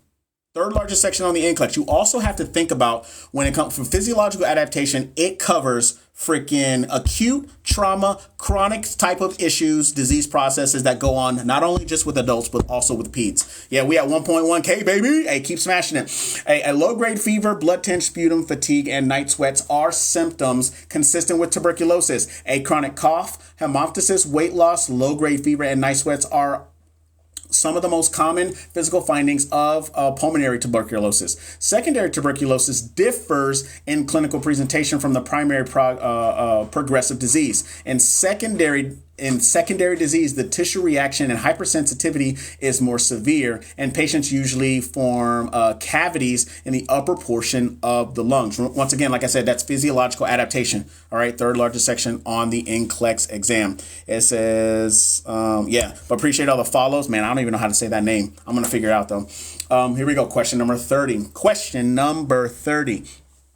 The client is seen in the clinic for treatment of migraine headaches. The drug, Imitrex, is prescribed to the client. Which of the following in the client's history should be reported to the doctor in regards to giving a medication for your migraines, right? Is it diabetes? Is it Prinz metals, angina, cancer, or cluster headaches? I ain't even gonna lie to y'all. Never heard of that second one before. I've never heard of that second one before. So even if I would have got this question, I would have probably gotten it wrong, but that's okay though. That's okay. And remember, it's not about getting every question right on NCLEX. You're not supposed to be perfect on NCLEX. I need for y'all to get out of your own head of that. All right. I need for y'all to stop being nervous and stop being scared based off of what they're telling you in school. You need to be perfect. Wrong. You don't. NCLEX is scored essentially from a 0 to a 100, and you need to be above 50. You need to be above 50. That's what you need to be. All right. 10 seconds, 10 seconds. We got A, we got C, we got D, we got B. I saw a bunch of people put B. All right. So shout out to y'all. And once again, when you teach, you learn just as you're teaching. All right. So when I'm looking at Imitrex, I'm like, okay, cool. I'll remember that from now on. All right. I had no shame in telling y'all if I don't know something. None whatsoever. That's called being humble and learning. That's what it does. Coronary artery spasms, mainly in those with high stress jobs. Look at that. Look at that. Thank you for saying that I've been so stressed, Lisa. I'm just letting y'all know what the deal is. And of course, once again, the one that I didn't know, that is the correct answer. All right. It is the pins, metals, angina. If a client with a history of pins, metals, angina, he should not be prescribed triptan preparations because they cause vasoconstriction and coronary spasms. Look at that. That's part of pharmacological and parenteral therapies. Hey, so here's a really good rule, and especially if it's a rule about select all that apply. If you don't know, don't pick it. I didn't even know what that was, and I wouldn't have picked it, which means I would have got it wrong. But while I'm studying, I would have been like, all right, cool. I understand this answer now. I read the rationale and understand why this answer is the answer that it is. Right. And so now if I see it again, I'm going to be like, all right, cool. I remember that's a cardiac med. It causes vasoconstriction and coronary spasms. Somebody said something about, it's not recommended for people in high stress jobs. Now I'm always going to remember that. So shout out to y'all. That is how you learn. That is how you learn. So I appreciate everybody for dropping that down there and teaching other people. All right. You got to give some humility here, and you're not going to be perfect. Being a nurse is not about being perfect. All right. Trust and believe me. Ask for Don DeVot. All right. And I don't mean that in a disrespectful way because her story is still really sad to me. But anyway, hey, ladies and gentlemen, that is it. That is it for the questions. That is it for the questions for tonight. Yo, we've been doing this for an hour and 15 minutes. So I'm just letting y'all know. I appreciate everybody for being here. Hey, I banned somebody who came in here and started talking shit. And I wish I remember what his name was, but I totally was tell his name and I'm petty. So come into my chat and you act up, I promise you I will ban you. All right. So I appreciate you guys participating. Y'all got 1.1 thousand views up in here. We're at 54,000 likes. I appreciate all that love. All right. Once again, these questions were from nurseslabs.com. Nurseslabs.com. Nurses meaning more than one, labs meaning more than one. Put those together, you have nurseslabs.com. All right. Also, once again, 7-day NCLEX course. That's my baby. That is my thing. I have 60 videos in there, y'all, to include a new generation NCLEX review. You guys can go over there and check that out at this link right here. Once again, I do tutoring coaching. I have an ebook. Those links are in my bio. But now we're going to do an Ask Me Anything. Now we're going to do an Ask Me Anything. So I'm going to turn this camera around so you guys can look at my disgustingly hideous face. What is the deal? What is the deal? What's up, y'all? How y'all doing? How are y'all doing? My name is Kevin, right? Check out the pearly whites. You know what I'm saying? Yeah, I appreciate all y'all being here, rocking with me. I do these every Monday, Wednesday, and Friday at 5:30 Central Standard Time, Texas time, because, baby, that is the only time that matters, all right? The only time that matters. So a little bit about me. Been a nurse for 3.5 years. I've been a nurse for 3.5 years. I've worked in a burn ICU, a medical, and I've floated down to a neuro ICU. I've worked in PACU as well as I've worked in the operating room. Right now, currently, operating room is my home. So I've been a surge tech for 13 years. So the transition kind of just makes sense. 5:30 to which time? What are you talking about? What you mean? Samita. You got to give me a little bit more context there. So yeah, I've been a nurse for that long. Failed my NCLEX 3 times, y'all. How often do I go live? Monday, Wednesday, Friday. If anybody ever wants to know, you guys go check that link out in my bio. Okay. Failed my NCLEX 3 times. Right? First time, 75 questions. Second time, 265 questions. Most of y'all won't know what that's about. And then the third time was 106 questions. And then I passed during COVID at 60 questions.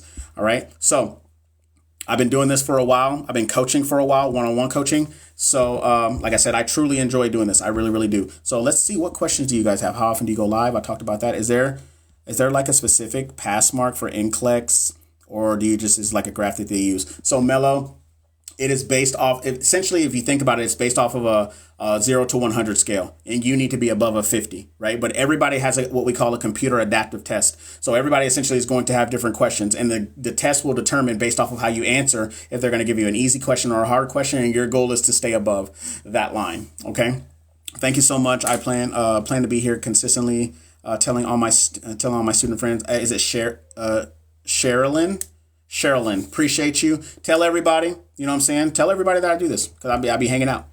Monday, Samita, it's Monday, Wednesday, Friday, 5:30 Central Standard Time. 5:30 p.m., not a.m., because obviously, right? Do you tutor for TEAS test placement for nursing program? I can. So studying for the TEAS is exactly like studying for the HESI. All it is an entrance exam, and I can definitely tutor for that. Do you think Archer is a good study for the LPN? I do. I actually help people and coach people with Archer and other people's questions. Did you take the NGN? I did not. However, I literally do new generation NCLEX questions every day. Not because I want to, it's just because that's my bread and butter. That's what I do, and it's there. And plus my new generation NCLEX review inside of my course, I look at it all the time because I teach to it. Hi, Kevin. Do you email pre-recorded lives? Also, thank you for your service. I appreciate your support. Thank you. And do I email pre-recorded lives? I don't email them. That's the first question. I've never been asked that. What's the best degree in nursing to go for? Is it Mayra? It depends on what you want to do. I'm going to get my degree in education. I have a bunch of my buddies that are now CRNAs. I have another one that is she's an oncology nurse practitioner. Another one who's an acute care nurse practitioner. So it just depends. I appreciate your transparency. I gain nothing from lying to nobody. The thing, you see what I'm saying? You gain nothing. You see a bunch of people out here like, hey, buy my shit. Like, yeah, of course I want you to buy my stuff, but I'm going to be completely honest. Like, I don't know everything. And anybody that tells you that they know everything, they're a liar, because they don't. You can know a lot, but you don't have to know everything. So transparency is what I'm all about. Taking these live sessions to YouTube, you have to be rewarded. It says, take these live sessions to YouTube. You have to be rewarded for the wonderful job. So yeah, I do these. Like, so sometimes these, like a lot of my lives, they'll go up on YouTube. They will. What is the trick for case studies? There is no trick. It's called studying. There's no trick to it. It's called understanding what they're asking you, knowing your content, critical thinking, using that for analysis and application, or analyzing your question to apply it and make a clinical judgment. Can you assist me to sign up to seat my exam 101 as an international student? Sure. I mean, like I said, if you need help with anything, you can check those links out in my bio. And I help out just about in any way that I possibly can. So happy to find your live. I'm glad that you made it. I really am. 5:30 to 8:30. I can't give you a specific time, Samita, but it starts at 5:30. So I'll be on here for 5:30 to 7:30, 5:30 to 6. It depends on the vibe that I'm getting, and it depends on the amount of people. Any tricks for case studies? I already answered that question. Can we play Kahoot? Kahoot? What is Kahoot? I think I saw you ask that. How do I sign up for TEAS tutoring? So the tutoring, any type of private tutoring, it doesn't matter what it is. You can check that link out in my bio. That's for V. Thank you. Learned a lot today. I'm so glad. I'm glad that you learned a lot today. Tamara says, having to start over due to failing third semester 2 times, would recommend LPN. Then, okay, I got you, Tamara. Archer or UWorld? Ashley, I personally like Archer. A lot of other people like UWorld. I've used UWorld multiple times, and it just wasn't my thing. I don't know why. It could have just been my timing in my life of what was going on. And UWorld just didn't work for me. But Archer, I always recommend Archer, at least for now, until I get my question bank up inside of my course. But I like Archer a lot. Advice for new nurses having a hard time fitting in. You are in imposter syndrome, young lady. And that's okay. Because you feel like you don't belong. You feel like you're not doing something right. You're always questioning yourself, why you became a nurse, so on and so forth. So if you're having a hard time fitting in, that's another thing. Your job, and I'm sorry to have to be the one to say this, but your job is not for you to make friends. Because I'm telling you right now, I've seen some of the most backstabby people. Remember, nursing is, let me tell you something right now. Y'all, and I say y'all, then the 89% of women are the worst to each other. You guys really are. So here's one thing I'll also say. Give it some time. Get your learn on, right? And if it's not a good environment for you, then leave it. You want to know why? Because that nursing degree that you got and that nursing license is versatile and you can go anywhere. Okay? You can go anywhere. All right. What are your thoughts regarding NCLEX Bootcamp? I've never used them. Kahoots is so fun. Is that a game? Is that like a game on the freaking on the phone or on this phone? I'm looking at the phone like it's not right here. Right. Third semester RN. This was my first. I am in Florida and I stumbled on this and I'm hooked. I'm glad that you hooked. I want to be irresistible. Okay. I want to be irresistible to all of y'all. So I appreciate it. V, you are welcome. Did you start early today? Nope. I started right at 5:30. Will you be here each time? Well, we'll be here each time. Okay, tracking. Using your questions, it allows us to answer them live while you discuss them. It's so much fun. That's one thing that I like to do. I'm also actually going to start doing, not on here, but I'm actually going to start doing where I'm going through lectures, like specific lectures. Like I'm gonna go over like the cardiac medications, right? And I'm going to do a lecture. And then I'm going to do questions at the end, and then I'm going to do a Q&A. But I'm going to do that differently. Like, if I was to do lectures, because lectures take a long time, and I don't want to be on here TikTok doing it, but I'm going to do lectures. Would anybody be interested in me doing lectures off of TikTok? And by the way, if I did do a lecture, and if it's an hour and a half long, who's going to pay $10 for it? Going to pay $10 for it? Which would you recommend? Oh, Tamara, ask your question again. Your views on Kaplan. I loved Kaplan. Kaplan and Mark Klimek is what worked for me. I really like Archer. Archer's pretty good. I also found a code online to get a discount you can find codes online all over the place for everywhere. I took the NCLEX and didn't pass. I really need help in passing. Marjorie, if you need help in passing, check my link out in the bio. And check out where it says either one-on-one tutoring. You can check that one out as well. It says, did my today and I'm so anxious and failed one. I blanked out. That's okay. Unfortunately, being nervous and like that comes with the territory. There's nothing wrong with that. Kahoot is a game that anyone can make. It's set up like Who Wants to Be Oh, okay. Oh, I see what you're saying. Where were you when I was in nursing school? I don't know. Probably in nursing school with you. Where will you be conducting the lectures? The lectures will be off. They'll be off of TikTok. So this is why it's important. This is why I tell everybody, hey, go get that free download. Because once you get the download, I end up sending emails out to my email list. And the people that are on my email list are going to be the first ones to know about, hey, I'm doing a lecture. So that's how it goes. I would love that what if you feel the school you're attending is not teaching you and you feel inadequate as a nurse? Well, I'm going to tell you right now, you feel exactly how everybody else feels. Trust me, I felt the same exact way. I literally had an instructor tell me to my face, you're a self-learner. And I was just like, then what am I giving you money every semester for? You know what I mean? I would love that. Pharm is next on my list to study for NCLEX RN. Shout out to y'all. So Pharm, I like doing cardiac meds. Cardiac meds were probably like the hardest for me. But I have inside of my NCLEX course, I actually have 18 videos, y'all, specifically in pharmacology, and I have a whole list of curriculum. It's like over 200 videos. But I'm a one-man army. Your boy does all this recording, edits most of his videos. I knew I'd have an editor now that helps me, but I do a lot. And so every video you're going to see is me, at least for now. I'm in Canada, about to do my exam in January. Was just scrolling and came across you. Thank you. I'm glad. Is it Jamaica and Dartmouth? I messed that up and I'm sorry, but I appreciate you being here. Yes, I would be interested in pay for it. I love it. Can I be a nurse educator with an MSN? Yes, absolutely. You can actually go and get your master's degree in nursing education to be a nurse educator. But you don't have to have a master's degree to educate as a nurse. I need everybody to understand that. Kahoots is usually used in school, but it lets the teachers know what the percentage of the student that you... Oh, I like that. That's actually pretty good. Okay, I'm investing in Kaplan. Archer didn't appeal to me. I utilized their test bank. So that's what I'm trying... I hear people say, hey, you should use this. Use this, I swear by it. Use this, I swear by it. What I do, I give you everything that I know. And it is up to you for you to make a decision, because what works for me may not work for you. All right. LPN, then RN, 5 semesters or 3 semesters. Okay. You really got to put some punctuation in there, ma'am. But I think I understand what you're saying. Usually you're doing LPN, then RN, 5 semesters or 3 semesters RN, but 1 hour away. I'm assuming you're saying that you're an RN and you're trying to determine which program you should go into, but one is an hour away. I mean, if you're going to drive an hour away for 3 semesters, I mean, if you think about it, it's all about the concept of time. I think I would do the 3 semesters and drive that hour rather than me spend another, semester 7 months, with 2 extra semesters. What are your views on Hearst? My school has us doing it for NCLEX prep. I think Hearst is good. But for me personally, didn't work because, Aunt Marlene, y'all, she from Mississippi. She's been in the game for a long time as a nurse, an educator, and with her program.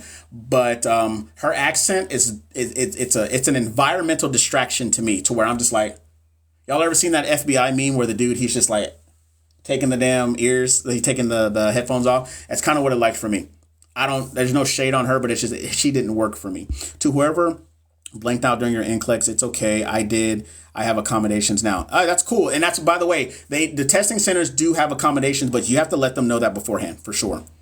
Let them know that beforehand. I'm so glad I found you. Tanya, I'm glad that you made it. I used Kaplan in nursing school. It didn't work for me, so I think I'll try Archer. That's good. Try that. It says, we love your methods regardless. I love it. I appreciate you. Before nursing school, what kind of job can I get in the hospital with my biology degree? Is it Shaylin?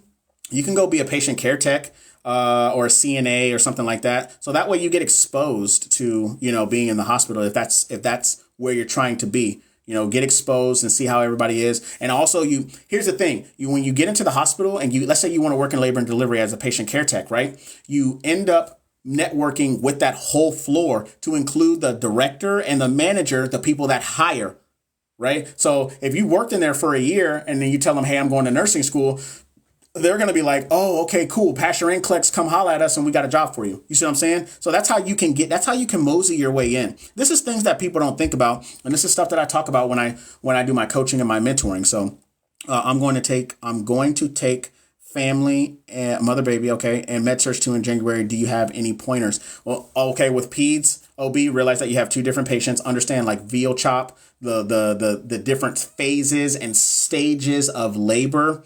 With med-surg, man, that's a lot. That's like the second half of the book. I would recommend getting into a group of people. So 4, you and 3 other people, splitting it up evenly, 25%. Doing 25% of the work can reap you 100% of the benefits. It says, V says, my apologies. I see where you sign up for the NCLEX assistance, but not T's. So if you go inside of my link, it should say private one-on-one tutoring. That's what it should say. Kaplan was way better for me. And that may work. Like I had UWorld, I had Board Vitals, the Saunders book, what else did they have? I ended up using Hearst, and then eventually I ended up getting Kaplan. And I actually went to a Mark Clinic review. Like, look, hold on. I got the yellow book, y'all. The legit yellow book. I might auction it off. Who's trying to buy it, right? So Mark Clement Kaplan is what worked for me. And it was honestly the whole bunch of all the different reviews that really, inspired me to create my own. Plus me failing 3 times really inspired me to create my own as well as for me to jump into coaching. I'm looking into nursing, but trying to figure out with being a single mom, is there an online? They have tons of online programs that nothing that a quick Google search can't give you, right? So I would definitely check those out for sure. I'm glad I work in MD Anderson 5 years and now I start my nursing program. So Taylor, now that you've been working at MD Anderson, do you work at MD Anderson in Houston? I'm assuming because that's the closest one to us, or to me. So what I would say is that if you've been working wherever your floor, it's going to be an easy transition for you to get in there. Sammy says, or the best way to go to try working and schooling and mother. So just like everybody else, Sammy, I don't coddle people. So I'm going to give you the straight and narrow. No one cares that you're a single mom. No one. Your school sure as hell won't care that you're a single mom. All right. So what I'm going to tell you is that you need to literally get an Excel spreadsheet, or you need to get a piece of paper, and you need to write out your times. I mean, from 6 a.m. to 6 a.m. the next morning, and you need to get with time management. You need to do your time management. And so if you're a single mom, you got to start planning now. Like, where are my kids going to go? You know what I mean? That's how you have to. That's how you have to do it. I have so many friends that swear by Mark K. I love Mark Clement, and the reason why I love Mark Clement is because he does his review in a way for you to remember the important things, right? But he doesn't really dive into like the other areas of content that make other reviews so big, right? Which is okay. I kind of do a mixed bag because I'm a huge content person because content is what I lacked when I studied. So I'm just like, you know what? I'm going to give people what I didn't have because I would rather you have it and you decide not to use it than it not be there and you be like, oh my God, I wish you had this. You know what I mean? So Taylor, yeah, it's a good thing that you work there because now you can kind of mosey your way in back into there, but as a nurse. After I pass this time around, I'm looking into being an educator. Then do it. Definitely do it. OR? Okay, so you're an OR nurse or you work in the OR as a patient care tech. Cool. The transition for you going into the OR won't be too bad. I was in the National Guard, pregnant, single mom, and during the pandemic working full time. Yep. I wasn't pregnant or a single mom, but I was definitely in the military. Well, so you must have got activated, Sonny. Hi, my name is Precious, and I'm glad I found you on time. I wrote my second, and I passed. Shout out to you, Precious. Shout out to you. Are there other jobs for nurses besides working? Absolutely. Absolutely, Seven. You can work in a clinic. You can work anywhere. Like literally when I say anywhere, it's like damn near anywhere. You can be a school nurse if you want. You can work in a clinic. A lot of the ladies want to go out there and they want to work in aesthetic clinics where they do like lip fillers, Botox, and all that other stuff or whatever. Obviously, your boy doesn't have that problem. Hey, if you're finding value, smash that like button and give me the 60,000 likes. But there's so many other things that you can do. There's a really good website that's out there. It's called nurse.org. And if you go to their resources and you go to their certifications, it tells you other jobs that you can do as a nurse.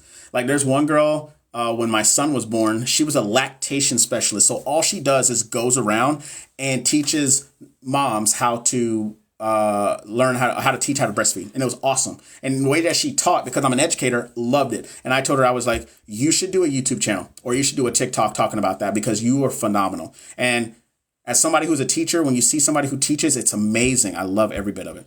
My hospital during nursing school. And there were peace riots going on. Of course there were peace riots. Unit was activated. Yep. You can do it. And there. Yep. By the way, y'all, I was active duty Navy. And I was an active duty Navy and an instructor while I was in nursing school. What's a good website for doses calculations? That's a good one. I've never thought about somebody asking specifically about doses calculations, but I do know a really good website. I think it's Mathway. Mathway is a good mathematical site because I'm bad at math. Yep, I would definitely recommend that. I wrote this morning waiting to get my results. Shout out to you, Amanda. What's the website again, please? What website? Katie, which one? Going into RN, I'm kind of nervous. And what do you recommend for me? Intents of studying. So first of all, you need to understand like what your the other nursing jobs. Nurse.org. That's what it was. So you're going into RN. So wait, are you going? Let me make sure I understood that right. Hey, if you guys are new here, welcome. We did NCLEX questions, and now we are essentially doing an Ask Me Anything. So whatever question you guys have, make sure you guys drop them down. Also, I want to know who you are, where you're from, and where you're at in your nursing journey. And if you're not a nurse, what you doing? So what is it, Precious? You're asking, you're going into RN, you're kind of nervous, and what do you recommend for me? So number one, I would tell you the same thing that I told somebody else is that you need to get your time management down. You need to get your affairs in order. And you need to, I'm telling you, your first semester of nursing school is going to humble you. And it does not care that you are a single mom or a single dad or that you have a job or anything like that. It doesn't care. All right. So that's what I would tell you. I'm taking patho. Any study tips? I'm telling you right now, I loved Khan Academy and pathophysiology was my favorite class that I took as a prerequisite of nursing school because it's all about the disease process and how it affects the body. It really is. So, but yeah. What else? I've been in the Navy for 16 years. 16 years. I've been on 2 deployments. I've been to 1, 2, 3, 4, 5, 6 or 7 different countries. Yeah. So, and like I said, I'm a master instructor in the Navy. Like I said, I've been teaching for almost 9 years in January that I've been teaching. Like I said, I've taught a plethora of other programs from surge tech to, pre-hospital trauma nurse, stuff like that. You look young. I appreciate that. It's because I'm black, baby, and I don't crack. You already know what the deal is. Hey, if y'all like that comment, give me the 80,000. Give me the 60,000 likes. Stop playing games with me. So yeah, I've been teaching for a while.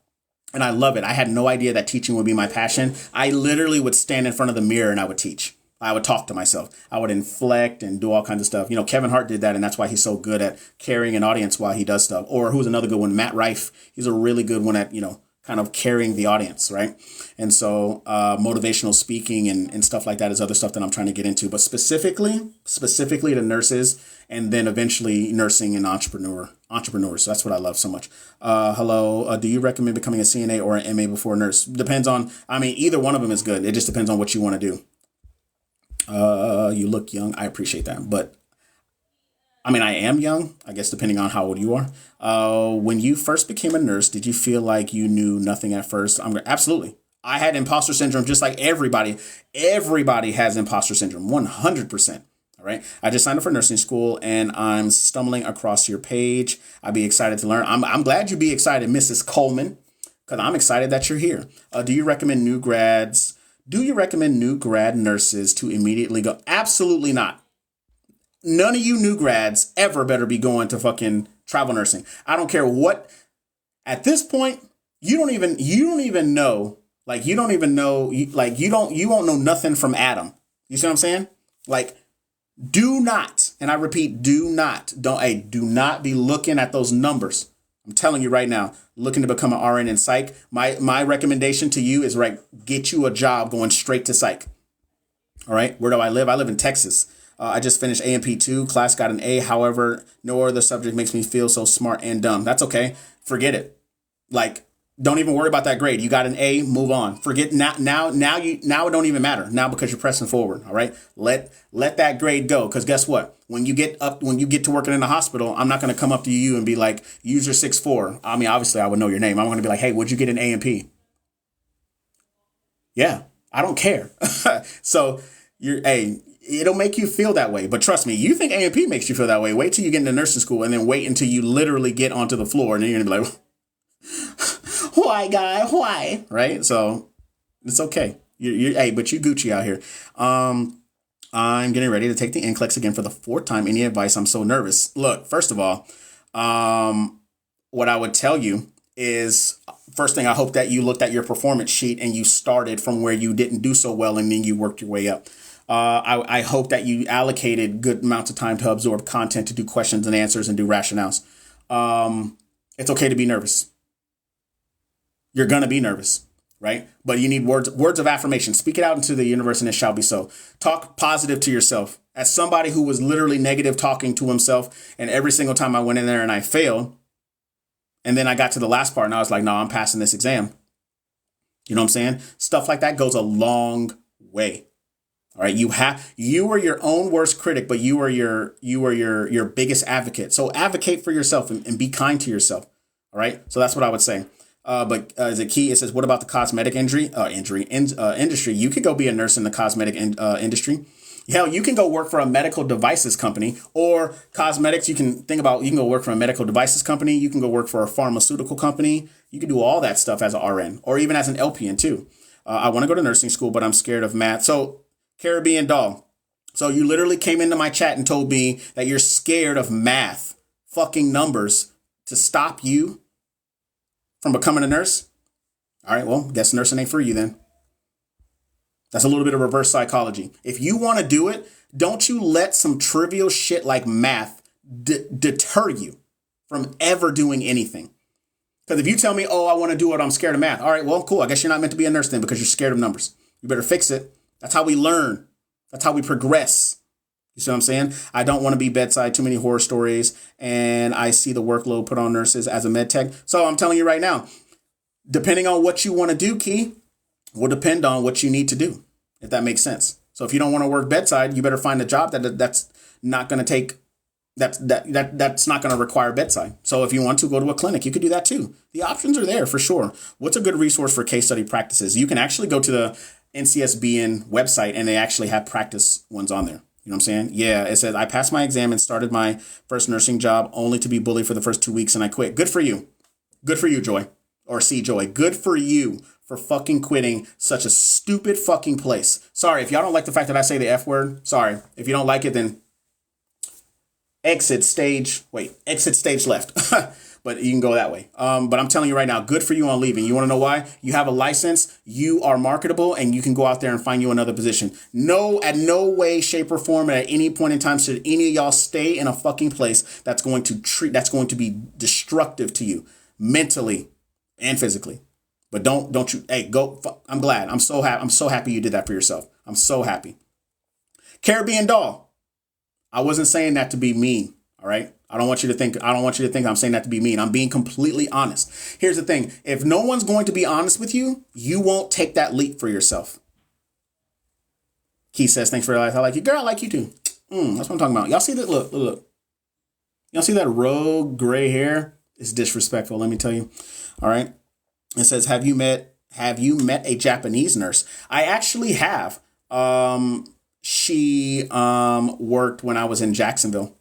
I've actually came across more Filipino nurses, if we want to go against how, different regions of the world, but more Filipino nurses than anything. I had a Filipino nurse. She had been a nurse longer than I've been alive at that point, but her name was Miss Olapindo. One of the nicest, most sweetest women I've ever met in my entire life. She was like the mom, the clinic mom. And she used to come up to me and be like, hi, Mr. Gibson. I'm like, hey, Miss O, I appreciate you. I says, yeah, I'm happy she did it. Yeah, for sure. Caribbean doll says, no, I appreciate it. Hey, look, and that's what I'm saying. If anybody's I would rather me be honest and upfront with you about what you are keeping from yourself than somebody being like, well, if you don't like math, fuck that. You better get that ass over there. You better open up that book and you better start 1 + 1. And what the hell? Summer Day says, did you take the new NCLEX? I have not taken the new generation NCLEX. Oh, let me take that back. Formally, I have not taken the new generation NCLEX. But on question banks, like even on UWorld and on Kaplan and on Archer, I have done the new generation NCLEX ones. So I have done those. Yep. Continue to advocate for yourself. What is the new NCLEX exam like? You know what? How about I just show you? I'm just going to show you. Hey, if you guys want me to show you, just tell me yes. If you guys want me to show you what the new generation NCLEX looks like, just tell me yes. I'll turn the camera around and I'll show you what my course looks like. It says, yes, I've met and worked with Filipino nurses. Hold on. Filipino nurses. My favorite has been a nurse for 30 years. Look, I'm trying to tell you, I love Miss O so much. And I was like, Miss O, you are awesome. She's like, oh, stop it. And I don't mean to say that in a weird Asian accent. I'm just saying, like, for real, like, Miss O is awesome. All right. So this is what side. Yes, the NGN is easier. So Sonny may not be easier for other folks, because if it was easy, other people wouldn't fail it. Right. So here we go. I'm going to show you right now. Inside of my NCLEX course, y'all, I have a new generation NCLEX review. Right. So right here, I talk about what's new in it. If I hit play, right? So I'll show you guys. I have 8 videos. It's like 4 hours worth of content. We talk about what changed, because it changed in April, right? Then we talk about the different types of questions, the test structure, the length, and then we jump in. So 60 to 70% of your NCLEX is still going to look like this. It's still going to look like this, where you have multiple choice. Okay. All right. So and you want to know why, Sonny, why people are saying it's easier? It's because of the case studies, right? Because the case studies give you everything that you could possibly need, but you still have your multiple choice, and you still have, let me find them. You still have, I'm trying to find my select all that apply. All right. I'm going to scroll down, right? So you're still going to have the select all that apply, right? If I can find them. Kevin, get it together, my guy. All right. So right here, case study. That's the case study that's actually inside of my course, right? And I know it may look kind of fuzzy to some of y'all, but that's what it looks like, okay? So this is what makes it different. You will get 6 questions that is based from this information that's right here, okay? And so as you go on, you get all the information. Like it talks about how this patient has progressively worsening breath sounds, has an altered mental status for the past 2 days. You have their current vital signs. They tell you their health and history about them freaking being a 40-pack a year smoker, right? And so now I'm asking, hey, which of the following findings is the most concerning for respiratory distress?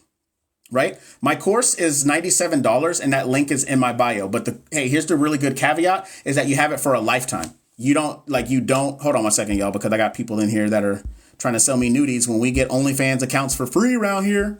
I'm just playing. But yeah, so that's $97 and you guys can go over there and check that out. That link is in my bio and you get it for a lifetime. And a lifetime means your life, your descendants' lives, whatever. All right. So here we go. So yeah, so then we go to the next one. I'll show you. So we go back to the next one. But now this question, which is item number 2, is based from that same case study. It's based off of the same case study. And remember, select all that apply questions are now partial credit, which I wish partial credit was a thing when I was studying, right? We go through, and then I talk about these. I talk about why all these are all correct, right? When it comes to somebody with COPD, right? So, and you got to think is that when you do your questions, a lot of them you'll be able, like it essentially does it like in a trail, if that makes sense. So does your guide show you the correct answer? Yeah, I go through the actual correct answer with you, right? So here, I'll go back. So I'm going to go through the answer right now. I'm explaining the answer. You can't see me talking down here, but I'm explaining the answer, right? And then you'll hear me say, pause the video, read the question, select your answers. We'll jump back into it, right? It says, what's the pass rate for your review? So my review is very new. I actually just started it back in the end of June, but I get tons of testimonies right now that they passed because of my review. I actually have about 30 people, but the majority of people that are inside of my course right now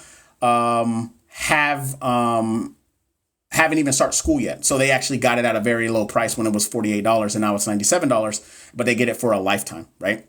So the pass rate for it right now, like I actually have a guy named Melvin who actually messaged me and he told me that he studied the questions and the answers and all that good stuff. And he did this review and he walked through it with me and he passed. And that was back in October. And so I have other people that passed last month and a few people that passed this month. So it all just depends. Like I said, I'll be completely transparent with you. I have a very brand new course and we're still working out all the kinks in it. So anybody that does it is an early adopter. You know, that's why I give it to you guys for the price that it's at, and you keep it forever and you get all of the updates. All right. So look, that was a closed question or a drop down question, right? And then I'm pretty sure this looks familiar to you guys where it says anticipated versus not anticipated. How often does the NCLEX change its material? So the NCLEX changed the format this past April. And they haven't changed the format in I don't know how long. It's been, the multiple choice, select all that apply and all those other ones for quite some time. But the content usually gets updated usually like every 3 to 5 years, but it's so small that you wouldn't even notice it. And it's like, onesies and twosies, but the content is still very relevant. Can LPNs study? Yes, they sure can.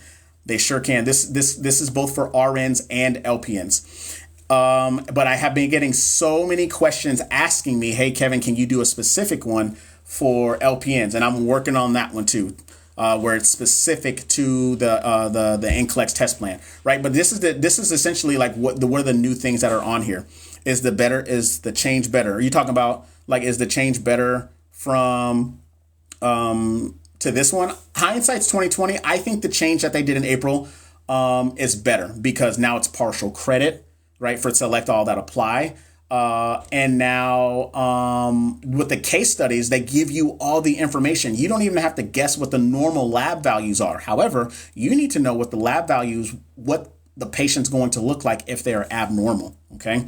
It says, but you are saying if we buy your guide, anything you update, we get access to. Correct. Yeah. So if you buy this, right now, right? So I'll show you right now. If you buy this right now, you'll find all this stuff in there, right? And so right now I am working on getting edited, my 7-day NCLEX review, my day 1, which is management of care, right? And then day 4, 5, 6, 4, 5, and then day 7, right? So once you buy it, one day you're going to go in there and you're going to be like, okay, it's not in there. And then the next day you're going to go in there and you're going to be like, oh shit, there's more stuff that's in there. Yeah. So that means you get all the updated material that are going there. Right. So I'm working on more content right now. I'm working on my cardiology content, my cardiology lectures that are going to go under here where you see the deep vein thrombosis. So one day you're going to see that down there. Next, you're going to see like 9 of them down there. You're going to be like, what the hell? Exactly. So that's what I mean by me saying that you get all the updates. And is it Angelica? You're welcome for all that info. You're welcome for that. I'm sorry. I failed my HESI twice. Do you have any advice? Which HESI? I don't know exactly which HESI you're talking about. So once again, right here, this is item number 6. So from one case study, from that one paragraph, you get 6 questions in order to select all that apply, right? And remember, these are partial credit. Okay. And then, of course, the ones that everybody hates, the dreaded, the dreaded bow ties. People don't like the bow ties, right? So let me see if I can find the bow tie questions. I'm going to find the bow tie question because I know everybody loves it. Everybody loves it. Hey, if you guys are new here, welcome. I am showing everyone right now what the 7-day NCLEX course looks like. It includes a new generation NCLEX review, right? Oh, yeah, here we go. Bow tie. Bow tie. Sorry, the exit has to. Okay, I got you. Hold on one second. But yeah, so this is what the bow tie. Like I have bow tie questions that are in here, and it all stems from this case study that's right here. So that's a great thing about the case study is that it gives you all this information, and then it's going to ask you. It's going to ask you this next question based off of all of the material that's given to you in the case study. It's going to be like, all right, cool. Like, I want you to complete the diagram below to specify what condition the client is most likely experiencing. I want 2 actions to take. I need the condition, right? And then I need the parameters to monitor. And then here are your choices right here, right? And I explain to you why these are correct, why they're incorrect, so on and so forth, okay? So that's what's in there. But then, okay, of course, over here, let's just say you want to talk about pharmacology, right? So I have a pharmacology section, right, where I go over. This is for the pharmacological and parenteral therapies where we go over Q&A just like this. But then I also have a section for pharmacology where we talk about the pharmacology content. So if you need cardiac, you need IV diuretics, anti-diabetic medication, every one of my videos, except for one, is less than 30 minutes. Why? Because I understand what it's like to be an instructor and I understand what it's like to be a student, and who in the world wants to sit and look at a lecture for an hour, 3 hours? I don't care if I got to pause it or not. End it for me. And I mean that in the most respectful way, right? So shout out to everybody. Hey, I really hope that's helpful. If anybody's looking for an NCLEX course, especially if you're about to start school, one of the biggest flexes that you could ever have is saying that, yeah, I got an NCLEX course for $97 and I have it for a lifetime. So if you buy it now, guess what? You're going to have it a year or 2 later. And then, like I said, you get all the updates. And the reason why everybody gets all the updates now is because it's such a new program. Right? But then when the program is complete, that lifetime is either going to go away or it's going to go up into not an astronomical price, but it's going to go up to a higher price. Okay. So that's why I try to tell people jump on it now. It's kind of like being an early adopter. Like, hey, if I said like, hey, Steve Jobs says he wants you guys to come look at this prototype. Well, he's not alive anymore, but I want y'all to come look at this prototype that Apple has. But, I want y'all to jump into it. So here's X, Y, and Z that you guys can learn from. Everybody's going to be like, yeah, is that the new iPhone? I want it. Not me. I don't have an iPhone. I boycott iPhones. But hey, shout out to everybody that's in here rapping with me. We did NCLEX questions. Precious, you are welcome. Mama P, you are welcome. And User64, you are welcome. Like I said, if anybody's looking for those links are in my bio. And of course, it is labeled the 7-day NCLEX course. And that'll take you there. Or you can go to thebootnurse.com/special. And that'll also take you there. All right. What other questions do you guys have? Like, I was going to bring somebody up, like to actually kind of talk to them. But as a matter of fact, no, I think I can still do that. Who wants to come up? Who wants to come up and be a guest on the Kevin Gibson nursing show? I guess that's what we would call it. But yeah, most definitely. We do questions at 5:30 Central Standard Time, 5:30 p.m. Heather, no, you are not coming on here. Not you. Not you, because you're already a nurse and you're going to come over here and act a fool, okay? We're not doing it. We would actually have to plan for you, Heather. I brought your program when it was $50. Natalie, I ain't mad at you. Future RN24. Hola, how's it going? That is not how you spell hola, first of all, ma'am. It's going good. You missed it. We did NCLEX questions at the beginning, and now I'm doing an Ask Me Anything. Had a bunch of people that asked me some stuff. So now I'm just kind of going to hang out for about another 15 to 30 minutes to see, what questions that everybody else has. Everybody was asking a really good amount of questions. I actually just showed everybody what the 7-day NCLEX course looks like. Tons of content. Tons of breaking down questions, showing you guys how to break these questions down, what they're looking for, understanding topics, case studies, all that good stuff. How long have I been a nurse? I've been a nurse for 3.5 years. But I've been an educator for it'll be 9 years next month. And I've been in the Navy for 16 years. In those 16 years, 8 of those, or almost 9 of those have been teaching. Did I just miss some tea? What you mean? You ain't miss no tea. Hola, better guess. Come on, future RN 24. You know better, okay? You know better. It says hola is spelled right in Portuguese. Hey, first of all, I didn't know that. Number one, I didn't know that. Number two, I didn't know what language she was trying to differentiate from. Ashley. Now, if she would have been like hola in Portuguese, I would have been like, all right, cool. I would have been like, hola. How much is your course? The link's in my bio up here for the course, and it's $97. $97. It's a one-time payment. You get the course for your lifetime. Or if you have your email and your password, you can give it to your descendants. That's what somebody said to me. I was just like, bless the ancestors, right? I'm a new grad for 7 months working on telemetry floor and was put in a very unsafe position. I bet you were. User 554. So tell us about it. As a matter of fact, user 54, you want to come up? What's up? Is it Adelion? How are you? It says Al. Okay. It says nurse Aaron. It says I can't get on right now. You're already missing opportunities. It's all good though. No worries. Aaron says that will be a good investment, cheaper than taking the test 3 or 4 times. Facts. As somebody who has taken the NCLEX 4 times, I failed it 3 times, y'all. 3. I failed it 3 times. Okay. 75 questions, 265 questions, which most of y'all probably don't know nothing about. And then the third time was freaking at 106 questions. And then I passed at 60 questions on the next one because it was during COVID. So sometimes you have to find what works for you before it works for you. And then also one of the biggest thing is your mindset, the things that you say to yourself, all that good stuff. All right. So I wish I could pronounce, is it Jockey? Is it Fajaki? Hopefully I said that right. Hello, welcome. I'm glad that you're new here. Make sure you share, make sure you follow. Biggest thing is follow so that way you know when I'm doing these lives, okay? Sorry, I'm eating dinner with my kids watching this. Oh, no, hey, that's cool. Hey, first of all, I ain't gonna stop you from eating, all right? So do your thing, you know what I'm saying? But I appreciate you watching. You missed out on the questions, but that's okay. But basically had 3 patients with chest pain. 1 ended up coding, had 6 patients. Yep. I don't know what state that you work in, but there are certain ones where they have unsafe patient nurse ratios that you can document. That way you cover your ass, cover yourself. All right. CYA, user 57 CYA. And by the way, I would not be surprised if you left.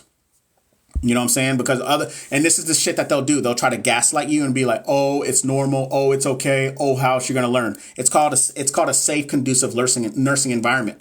You know, I've heard a lot of people say, hey, I love my hospital, and I'm glad that they love their hospital and it works out for them. But I'm telling you right now, there ain't no way that you're going to keep continuously putting me in situations to where I have all these patients and then somebody I had three patients and 2 that were on vents and then 1 that had dialysis. And then that was the last straw for me. That was the last straw for me. So trust and believe me, I understand how you feel. Oh my God, it says question. In addition to paying $497 to register, we still have to pay $200 more to pick a date. What? Evie, what are you talking about? What do you mean? Started compressions and the charge nurse went out to smoke, was yelling out for help for 3 minutes. You need to file a formal grievance. User 554, you need to file a formal grievance with that facility. And you need to do that ASAP. Do it. I don't care what you say. You need to file a grievance. All right. What is your program called? It's called the 7-day NCLEX course. And that link is in my bio. It says, dang, I have to pay 72 and then 200. So in Texas, I had to pay 100 for the application and then 200 to Pearson View. Nurse educator here trying to see what we're teaching my babies. Ma'am, Miss Courtney, you missed out. I taught these babies for an hour and 15 minutes, some NCLEX style questions for both RNs and LPNs. And now we're just essentially doing an Ask Me Anything, like an AMA. So, oh my God, girl, quit. Yep. How do you recommend studying for fundamentals in med-surg? Getting into a group of people or getting into a study group. And I mean a conducive study group, not somebody who's going to tell you that Taylor Swift got mad at the fucking football game. Like, I don't care. We don't care about that, right? But what I will tell you is that you need to get into a study group, 4 people, you, 3 other people, split it up 25%. 25% of the work gets done, and you can reap for 100% of the benefits if you have the right group with you. Okay. I just passed my NCLEX 3 weeks ago, and I had my first interview today for labor delivery. Shout out to you, Miss Ma'am. Shout out to you. I'm pretty sure you're gonna rock.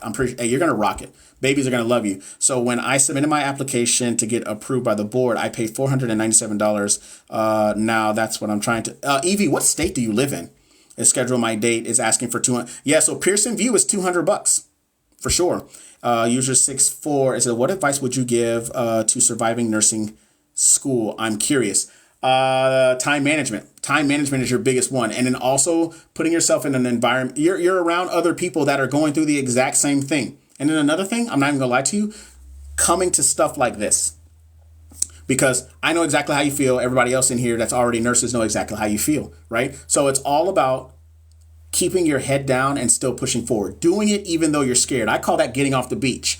And a lot of people ask me where I get that from. So during Normandy, during the storming of Normandy, where the Allied forces invaded France to go after Germany and Hitler and stuff like that, they were getting bogged down and shot on top off of a perch into a beach. If you stayed there, you died.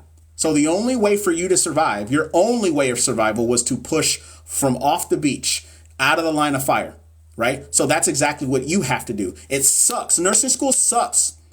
It fucking sucks. Trust and believe me. But the only way for you to get through it is that you got to put your head down and you got to push off of your beach. All right. Okay. Thanks. Nobody wants to meet. What do you mean nobody wants to meet? What are you talking about? Future RN? Nobody wants to meet. Nobody wants to get together anymore. You're right. Nobody does want to get together anymore. And that's another reason why I do these. Because guess what? You can still come over here and hang out with me. What's the passing rate after nursing students complete the 7-day NCLEX course? So right now I have over 250 people that are in the program right now. And I have 30 people that have willingly told me that they have passed with my exam or with my course. Now, the other majority of people in there haven't even started it yet, because people are in different stages of their nursing life or nursing journey. I appreciate you, Natalie. So they're at different places of their nursing journey. Some people haven't even started school yet. So it's a very fresh course. I started it at the end of June.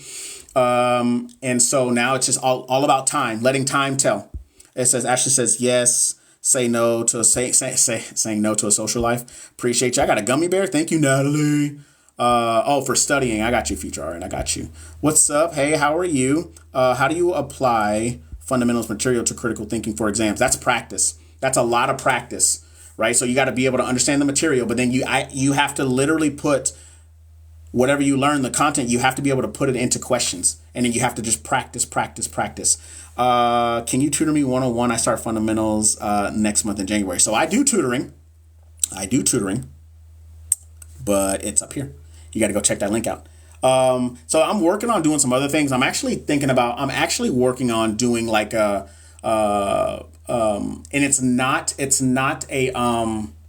what's the word I'm looking for? It's kind of like this, but instead of it being, I'm thinking about doing like at a low type of subscription base that everybody can jump in for nurses that are in all aspects, either in pre-nursing, nursing school, stuff like that, after nursing school, NCLEX, all kinds of stuff. So I'm trying to work on how I can kind of fiddle that around. Okay. But hey, this is still very new to, with the course and all this other stuff. So my cousin is in her 3rd year of nursing school for CRNA. Shout out to her. I'm telling you right now, because CRNA school is a monster. Would you recommend working part-time if considering an accelerated? I worked full-time in an accelerated BSN program. So if I can do it, you surely can do it. Would that just depend on the individual themselves? It depends on the individuals themselves.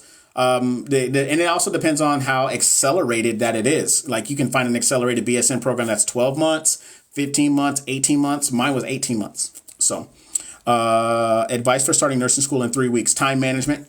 You better, if you got a family, whatever, you better be letting them know, like, hey, this is what's going on. So you most definitely, you're in California. No wonder why they charge you something egregious to take that freaking exam. You know what I mean? So that's crazy. $497. Oh my Lord. But yeah, though, is it Alvian or Alvion? I think I should say Alvion. Garrett, time management. So definitely you have to audit your time at this point, even if you got to put it on an Excel spreadsheet. That's what I did. All right.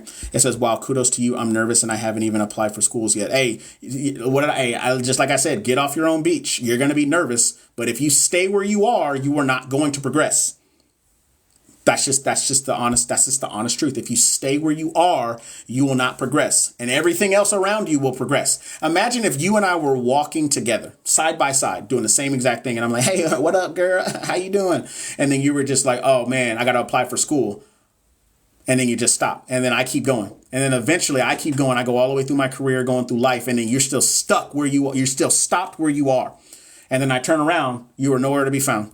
And then you looking straight. I am nowhere to be found. So if you're scared or nervous, keep doing it scared or nervous, but it's still progression in the direction that you want to go. I had no family time for 2 years. Facts. You won't.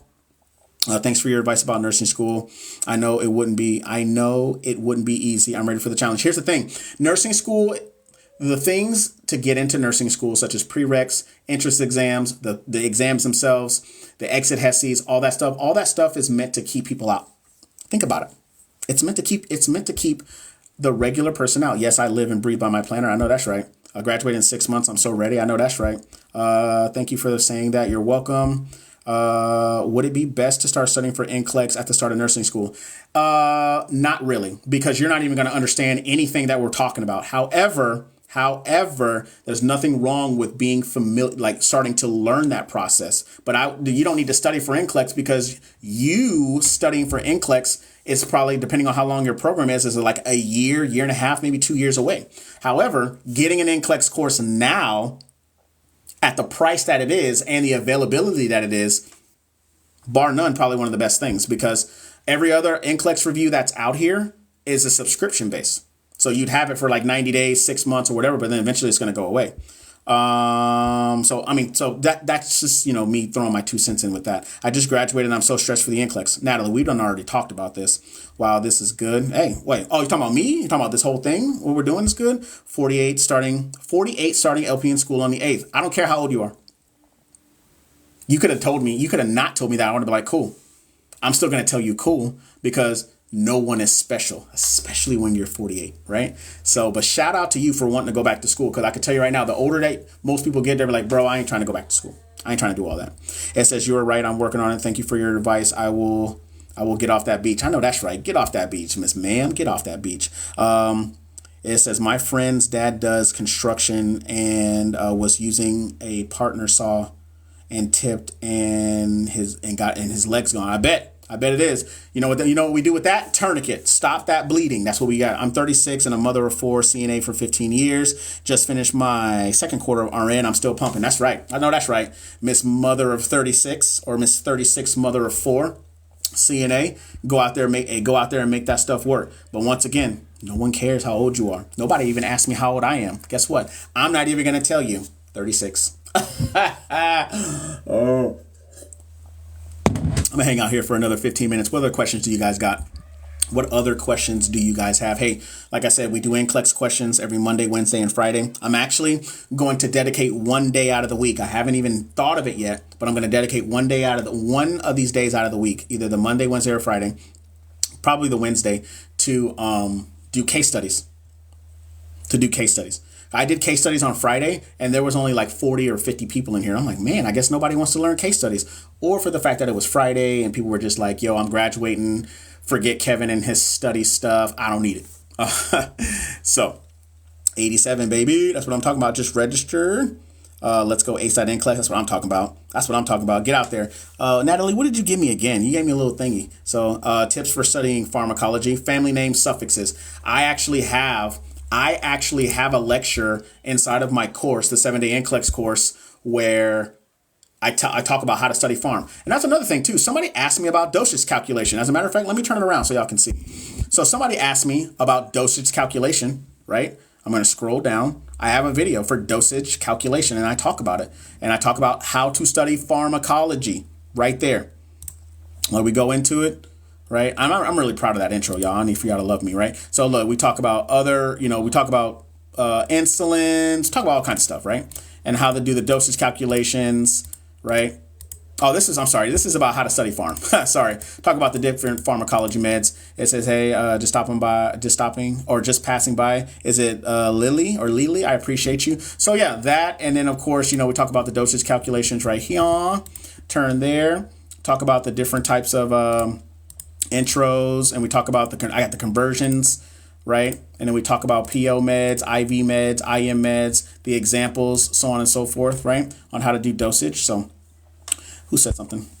It says, please explain the difference in hyper versus hyperparathyroidism if you have time. Yeah, if I get time, I'll go through that. Also, and this isn't another thing, but I was look down here, where I talk about. Let me see if I can find it. Oh yeah, there we go. We're talking about hypo and hyperthyroidism. I forgot all about that. I know that's down there too. And you guys can check that out. If anybody has the course, you guys can go over there and check that out. Hey, y'all can fact check me if you want. You're like, hey, everything that he said is in there. Pathophysiology is murdering me. Hey, Khan Academy for pathophysiology. Great. Thank you. It'll be my first attempt. Shout out to you. Hyper is high, hypo is low and slow. Yes, it is. Thank you so much. So now you got to think about hyperparathyroidism. Hyperpara is just a part. It's not the whole thyroid, right? You got to think about the rest of the glands. So I would recommend, there's a really good one on, there's a good video, of course, besides the video that's inside of my course right now. Khan Academy has a really good video on, hyper and hypothyroidism, also talking about hyperparathyroidism, also talking about like myxedemic comas and Graves' disease and thyroid storm and all that good stuff. Army nurse, Miss Army wife, I'm sorry, Miss Lady. Awesome. I appreciate you. Thank you for the rose. How long have you been a nurse? You're very helpful. I've been a nurse for 3.5 years. I've been in the Navy for 16 years. And I've been not a nursing instructor. I've been a master instructor in the Navy for the last 8 years. But I've been in the medical field my entire naval career. So 16 years. Wait, sorry. What did you say? What academy? Khan Academy. So KHAN Academy. Simple Nursing on YouTube is pretty good as well. I actually used part of him when I was studying for my NCLEX. Not all of him, but it was mostly Kaplan. It was all of Kaplan, Mark Klimick, my own tenacity to push, as well as, a few snippets of things. I do not recommend people buying having all these 8 to 10 different freaking programs and then trying to pull from each. Just find you one or two that you can balance off of one another. Everybody gets into the semantics. Well, they say 3.5 to 5.1. They say 3.5 to 5.3. Hey, no one cares. Listen to me. On NCLEX, they're not going to ask you things that are so close like that. They're going to give you a potassium like, hey, you have a patient who has a potassium of 6.5. Everyone is going to be like, hey, yo, something going on. Right? Don't get to the semantics of how close the numbers are, because NCLEX actually is easier than freaking all the other reviews that are out there, because the reviews are meant to be harder because it actually fosters your thinking. Let me see what y'all say. Simple Nursing. It says, you already know, much love and respect for what you do. Ma'am, you already know. You know why I'm out here. You know why I do it. So I appreciate you. Resources to study through nursing courses.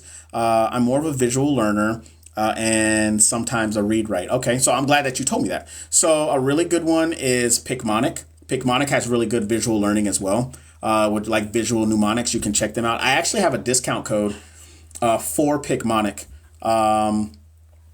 Where you get like 20% off.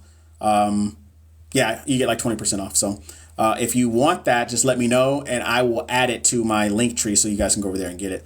I rocked with Mark K. Did the review course. So did I. I went to the actual review. Right? So this is the yellow book, and of course I have the blue book over there.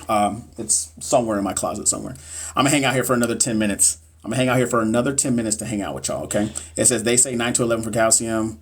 They say 9.5. Exactly, like semantics. If I say the calcium is 4, you're going to be like, oops. It says just remember hypo, Addison's, hyper, Cushing's, and signs and symptoms. Okay, that's a good one. It's not bad. Thank you. I will reach out. I've heard of Picmonic. I think Picmonic is cool. Picmonic's not bad. Picmonic's not bad at all. So shout out to all 116 of y'all. I appreciate y'all. Hey, y'all, give me the 60,000 likes. Hey, we almost there. We like less than 400. Make it happen. Make it happen for your boy. Usually we do NCLEX questions. I did those at the very beginning at 5:30. I have the recorded videos of Mark. I went through them a few times. So by the recorded videos, do you mean the audios? Because unless there's something that was new that was done, there's no videos. It's just the audios that were made like in 2008. After that, anything else is just, it depends on who recorded it. If they went to an actual review recently, I'm not saying that you don't have them, but most people's like, hey, I got the videos. Yeah. Okay. That's what I thought. So you essentially have the same audios that I have. Those are like relics. I can't get rid of them now. Right. So, yeah, so we do NCLEX questions all the time, Monday, Wednesday, Friday at 5:30. If anybody's looking for an NCLEX course, you guys can check that out. That link is in my bio. Also, I have a free download over there for y'all, test taking tips. It's 42 pages, a 42-page test taking tip, PDF, ebook, whatever you want to call it, but it's free to you. And you guys can go over there and you guys can check that out as well. Also, I do one-on-one coaching. I do tutoring. I do all that stuff. And all that stuff is up over here. Also, go to YouTube. Everything is at The Boot Nurse. So at The Boot Nurse, or just put The Boot Nurse in the search engine and you will see me pop up on YouTube. It says, hey, good evening. Do you do one-on-one tutoring? I do. I literally just said that. I need those audios. Look, whoever got those audios, get them over to Miss User 44 over there. It says Amelia. Okay. How do I know if I have restless leg syndrome? If your leg doesn't stop moving. So there's that. Yeah, you just joined, I figured. No, you're okay. You're okay. So yeah, right as you joined, I literally just said that I do one-on-one tutoring, and that link is in my bio, and you can check that out. Sierra says, I just got my ATT today. Yes, Lord, that's what I'm talking. Hey, so here's the thing. If you just got your ATT today, you better schedule for the very first one. You better, if you've been studying like you have, like I know you have been for the like the last month or so, right? You better get the first one. You better start. You better go. Hey, you got the foot's on the gas. You better keep going. My dream is to be a nurse in a cardiology unit. Thank you for your advice. No fear. Goodbye night. Good night. Bye bye. I appreciate you being here. User 464. Shoot, I'm gonna need those audios too. Taking my NCLEX January 13th. You can actually find them on YouTube. All you got to do is just type in Mark Klimek audios, and then somebody uploaded them. Trust and believe me, they're up there. But they always get taken down. They always get taken down. Going to start your dosage calculation tonight. Nice. Okay. Let me know how you feel about it. I like feedback, but the one thing I like is constructive feedback because it only makes us better. And I say us as in anybody that's trying to do anything, right? Because everybody's so quick to judge. But remember, when you're on the floor, you want somebody to construct you. You want somebody to critique you constructively, not way to be demeaning or to beat you down. I've literally had people message me saying like, this is stupid and a waste of money. And I was like, I'm sorry that you feel that way, but if you could give me some constructive feedback on why you feel that way, and it's just because of they have their own personal thing going on and now got nothing to do with Kevin, right? So Sierra says, I appreciate that. And I will. Yes, ma'am. Go ahead, make it happen. I couldn't graduate because I failed my final exam. That's unfortunate. You're like the fourth or fifth person to tell me that within the last couple of days. So you're delayed. You're never denied. You're delayed at this moment. You are never denied. A lot of them get deleted. They do get deleted. What do you recommend to do for someone who had to take a year break from taking the NCLEX? Marcy, I failed my NCLEX 3 times. I took it October 2018. Then I took it June of 2019, September of 2019, and then I didn't take it again until June of 2020. So my advice is to get out of your own head, get out of your own way, recreate the testing center, and start putting in that work. You need content, Q&A, rationales. Those are the things that you need. Any thoughts on radiology? What do you mean? Like being a radiology nurse? You're doing it from, yeah, let me know. Archer or U-World. Depends on you. I personally notice what I just said. I personally like Archer more than I like U-World, right? I've used U-World before and it just I wasn't a fan. It just didn't work for me, right? What do you think about Hearst review? Hearst is cool, but like I said earlier, Hearst, it's an environmental distraction for me because Marlene, she's the creator of the course. Aunt Marlene, y'all, from Mississippi. She has a very thick country accent, and I think her daughter or her niece is a nurse as well that does the stuff as well. But her accents are thick, and it's a distraction. It didn't work for me. Ashley said, "There's more than one specialty I'm interested in. How do you choose or no for sure? You don't. Is the NCLEX harder than Archer? No, Archer is harder than the NCLEX. Just remember, fail. First attempt is learning. Oh, Melissa, I love that. Didn't you say that last time you were here? Do you do continuing education? Alicia, what do you mean? Like I do continuing education personally for myself to keep my license. Yeah. Amelia says, I'm thinking about going to a tech school for radiology or nursing, and I'm stuck between the two. Did you know that you can actually be a radiology nurse and you can specialize and be a radiology nurse? Did you know that?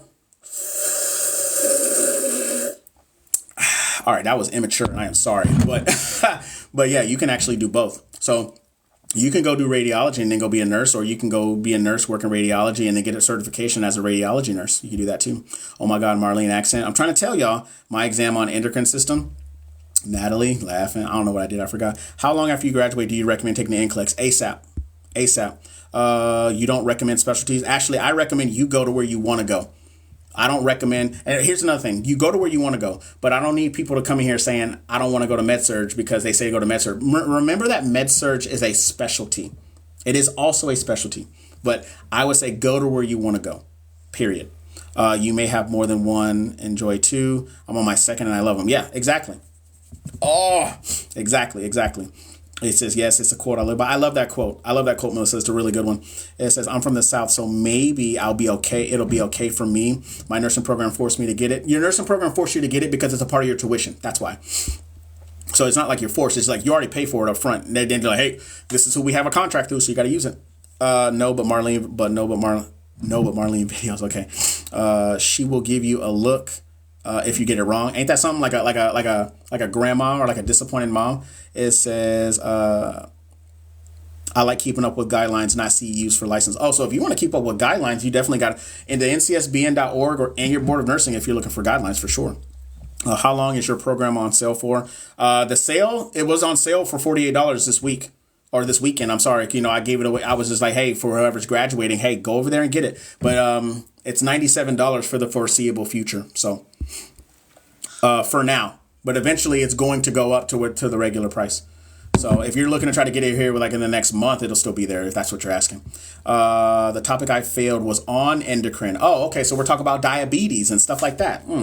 That actually helps. Thank you. You're welcome. Hi, Kate from Malaysia. Oh, Kate from Malaysia. Shout out to you, Kate. Welcome. I don't think I've ever had anybody from Malaysia, so I appreciate you being here, Kate. We're talking nursing stuff, so I'm glad that you're here. Make sure you follow. Make sure you like. Make sure you share. I like wounds, so you want to be a woundostomy nurse? You can do that. I didn't know that. Yeah, exactly. I took my NCLEX RN today. It stopped at 85. I had a lot of select auto apply and case studies. Katie, you rocked it. What's today, Monday? So I fully expect for you to come back here on Wednesday and tell us that you passed the NCLEX and telling me that I'm the best instructor ever and that you're going to give me a great testimony. Yes. Okay. How do I know I'm ready to take it? Taking you word assessment, but I'm so nervous. Sierra, go take it. Get out of your own way. You're going to be scared regardless. So by you put it this way, you know that you're ready when you don't know that you're ready. Everyone feels the exact same way. Everyone is nervous. No one feels like they're ready. Everyone feels like they fail. Everyone feels like they're defeated. Go take that test and get out of your own way. They forced me. Oh, I didn't. Okay. They forced me to like 2 weeks before random $350 due date. That's crazy. So what? So Kurt, is it Kirsten? Kirsten, what if you chose not to use it? What if you chose not to pay for it? $46, got it this weekend. Yup. Brandy got you. Hey, Brandy took advantage of that. I missed the sale. You did miss the sale. So now it's back up to $97. So, yes. Okay. All right. Okay. Oh, it was required. That's crazy. Because if it was required, it should have been inside of my tuition. They were trying to tell me the same thing. When I was in school for Kaplan, and I was just like, is it not in the tuition? They're just like, no. And I'm like, no, I'm not buying that. And I didn't buy it. But since I was military, they gave it to me for free, which would save me $350. And that Kaplan review, I did not like because it was crammed into like 3 days, and they're giving you all this stuff on paper, and I literally felt so, what's the word I'm looking for? I felt lost after that because it was so much. Interviews on Chamberlain University. I never went to Chamberlain, so I really can't give you anything on there. I had a couple of friends that went, so. But I didn't like it. I had to pay for ATI. Yeah, a lot of people had to pay. I had to pay for HESI. That's what was HESI was included. No. It wasn't. It wasn't included. I had to pay for that. I had to pay for that. So I had to pay for Hesse, and I hated it. And Hesse is trash. I fucking hate Hesse with a passion, a burning passion. Sunshine says, how long is your course? My course is on demand, so you have it forever. You have it forever, and you get all the updates. So I'm getting about five videos edited right now, and hopefully I'll get them back soon. And then once I get those back, then those are going to go up inside the course. So if you buy it now, you're going to get all the content videos that are going to be uploaded in there. I was salty they made us use Hesse. It was trash. Sierra, I feel it's the same exact way. Kaplan made me feel more confused. You want to know what's crazy is that my mindset was very different when I used Kaplan going around the second time. But they offered it for free. They were like, you can take it. I'm like, sure, I'll take it, whatever. You know? So it says, sir, please, I really need help. I really messed up. Are you a doctor? Orlando, I'm not a doctor. That's number one. Number two, you're not going to come in here and ask for medical advice. And if you need help, you need to go to the ER or you need to call somebody. And by the way, anybody else in my chat, y'all better not give any medical advice at all, because then that will make you be held liable. And that's grounds for litigation. And you don't want that on. Trust and believe me, you don't want that on you. So Orlando, sorry, I can't give you any type of medical advice. Not a doctor, but I'm a nurse. Hesse A2 is terrible. I agree. Sunshine, you are welcome. Kate says, sorry. Which 3 days do you do NCLEX practice? Oh, Monday, Wednesday, and Friday. And it says, how long do they last? Right now, we're already at what? I started at 5:30, so 6:30. We're already at 2.5 hours. Sometimes it could be 2.5 hours. Sometimes it could be 2. Sometimes it could be an hour and a half. Just depends. So as long as you're here at 5:30, that's when you get to find out. So, but I'm actually about to get off here if I don't have any more questions. Hesse A2 is terrible. Yep, indeed it is. Actually says 100. But yeah, so I think I'm going to call it quits for the night, y'all. Y'all are super active today, and I really do appreciate it. A couple of other things. Orlando says, I'm sorry. Google isn't being clear on whether or not I'm okay. I just have no ride to the hospital. Hey, if you need, Orlando, I'm telling you right now, if you're really that bad, you need to call 911 to get that ass to the hospital, or call an Uber to take you to the hospital. I know that's going to sound really silly, but it's cheaper to take an Uber than it is to call for an ambulance. But it all just depends on what you have going on. But we cannot give you medical advice. And Google will always give you something that'll be convoluted, right? But if you need to take care of your health, you need to go get taken care of. All right. Thanks for the good vibes, Kevin. You're welcome. That's what I do. My first exit Hesse. Listen, all of my Hesses were trash. Sometimes they have hotlines to speak. Yeah, you can call the nurse hotline as well. Yep. Call the local hospital and look at there. They made the NCLEX so much easier to pass, especially with the SATA. Okay. So I'm glad that actually worked out for you, user 37. So I'm going to buy your program. Thank you. Is it Adelion? I appreciate you. Yeah, go over there and check it out. Hey, here's the thing. At least you know where I'm at and you know who I am, right? And I'm not some rando being like, hey, I can help you pass NCLEX. Just give me $1,500. And you know what's crazy? There are people that do that shit. Don't do that. Don't do that, all right? Do you recommend the 7-day NCLEX course after my year? Yeah, absolutely. I actually have a video in there called NCLEX Retakers. So if you're NCLEX, if you're a person that had, and that video that I made, well, it's near and dear to my heart because I failed my NCLEX 3 times. 1 more than 2, 1 less than 4. All right. So I understand. So that's why I made that video in there. So, but anyways, definitely go over there and check those out. Those links are in my bio. I'm going to actually put up that Picmonic one if anybody wants to learn it for nursing school. But hey, be kind to yourself. All right. Thank you. I'm glad I came across your page. I'm glad. I'm glad it was really helpful for you. I really, truly am. Make sure you guys are kind to yourself. All right. Make sure you guys go out there. You guys go out there, conquer. Get off your own beach. Get off. You're going to be scared. Fucking push. Because if you stay there, you're not going to progress. Period. If you stay where you are, you make no progression. Okay, Evie, you're welcome. All right. So be kind to yourself because you're the only person that has the control to be kind to yourself or not. Okay. So also, of course, another shameless plug. Make sure you guys going to a different beach. Hey, go to a beach where they ain't shooting at you. Right. So make sure you guys check out all the links that I have. There's a freebie over there. Of course, the courses. The tutoring 101, anybody interested in that, all that stuff is over there. Also check me out on YouTube at The Boot Nurse. Also check me out on Instagram, also at The Boot Nurse, user44. I'm glad that you found this helpful. So, but without all that, and hey, until Wednesday, I hope everybody has a good next couple of days. And hey, come with the fire, because Wednesday I might do case studies. I haven't decided yet. But hey, make sure you guys share it. Don't be selfish. All right. Y'all take care. Bye.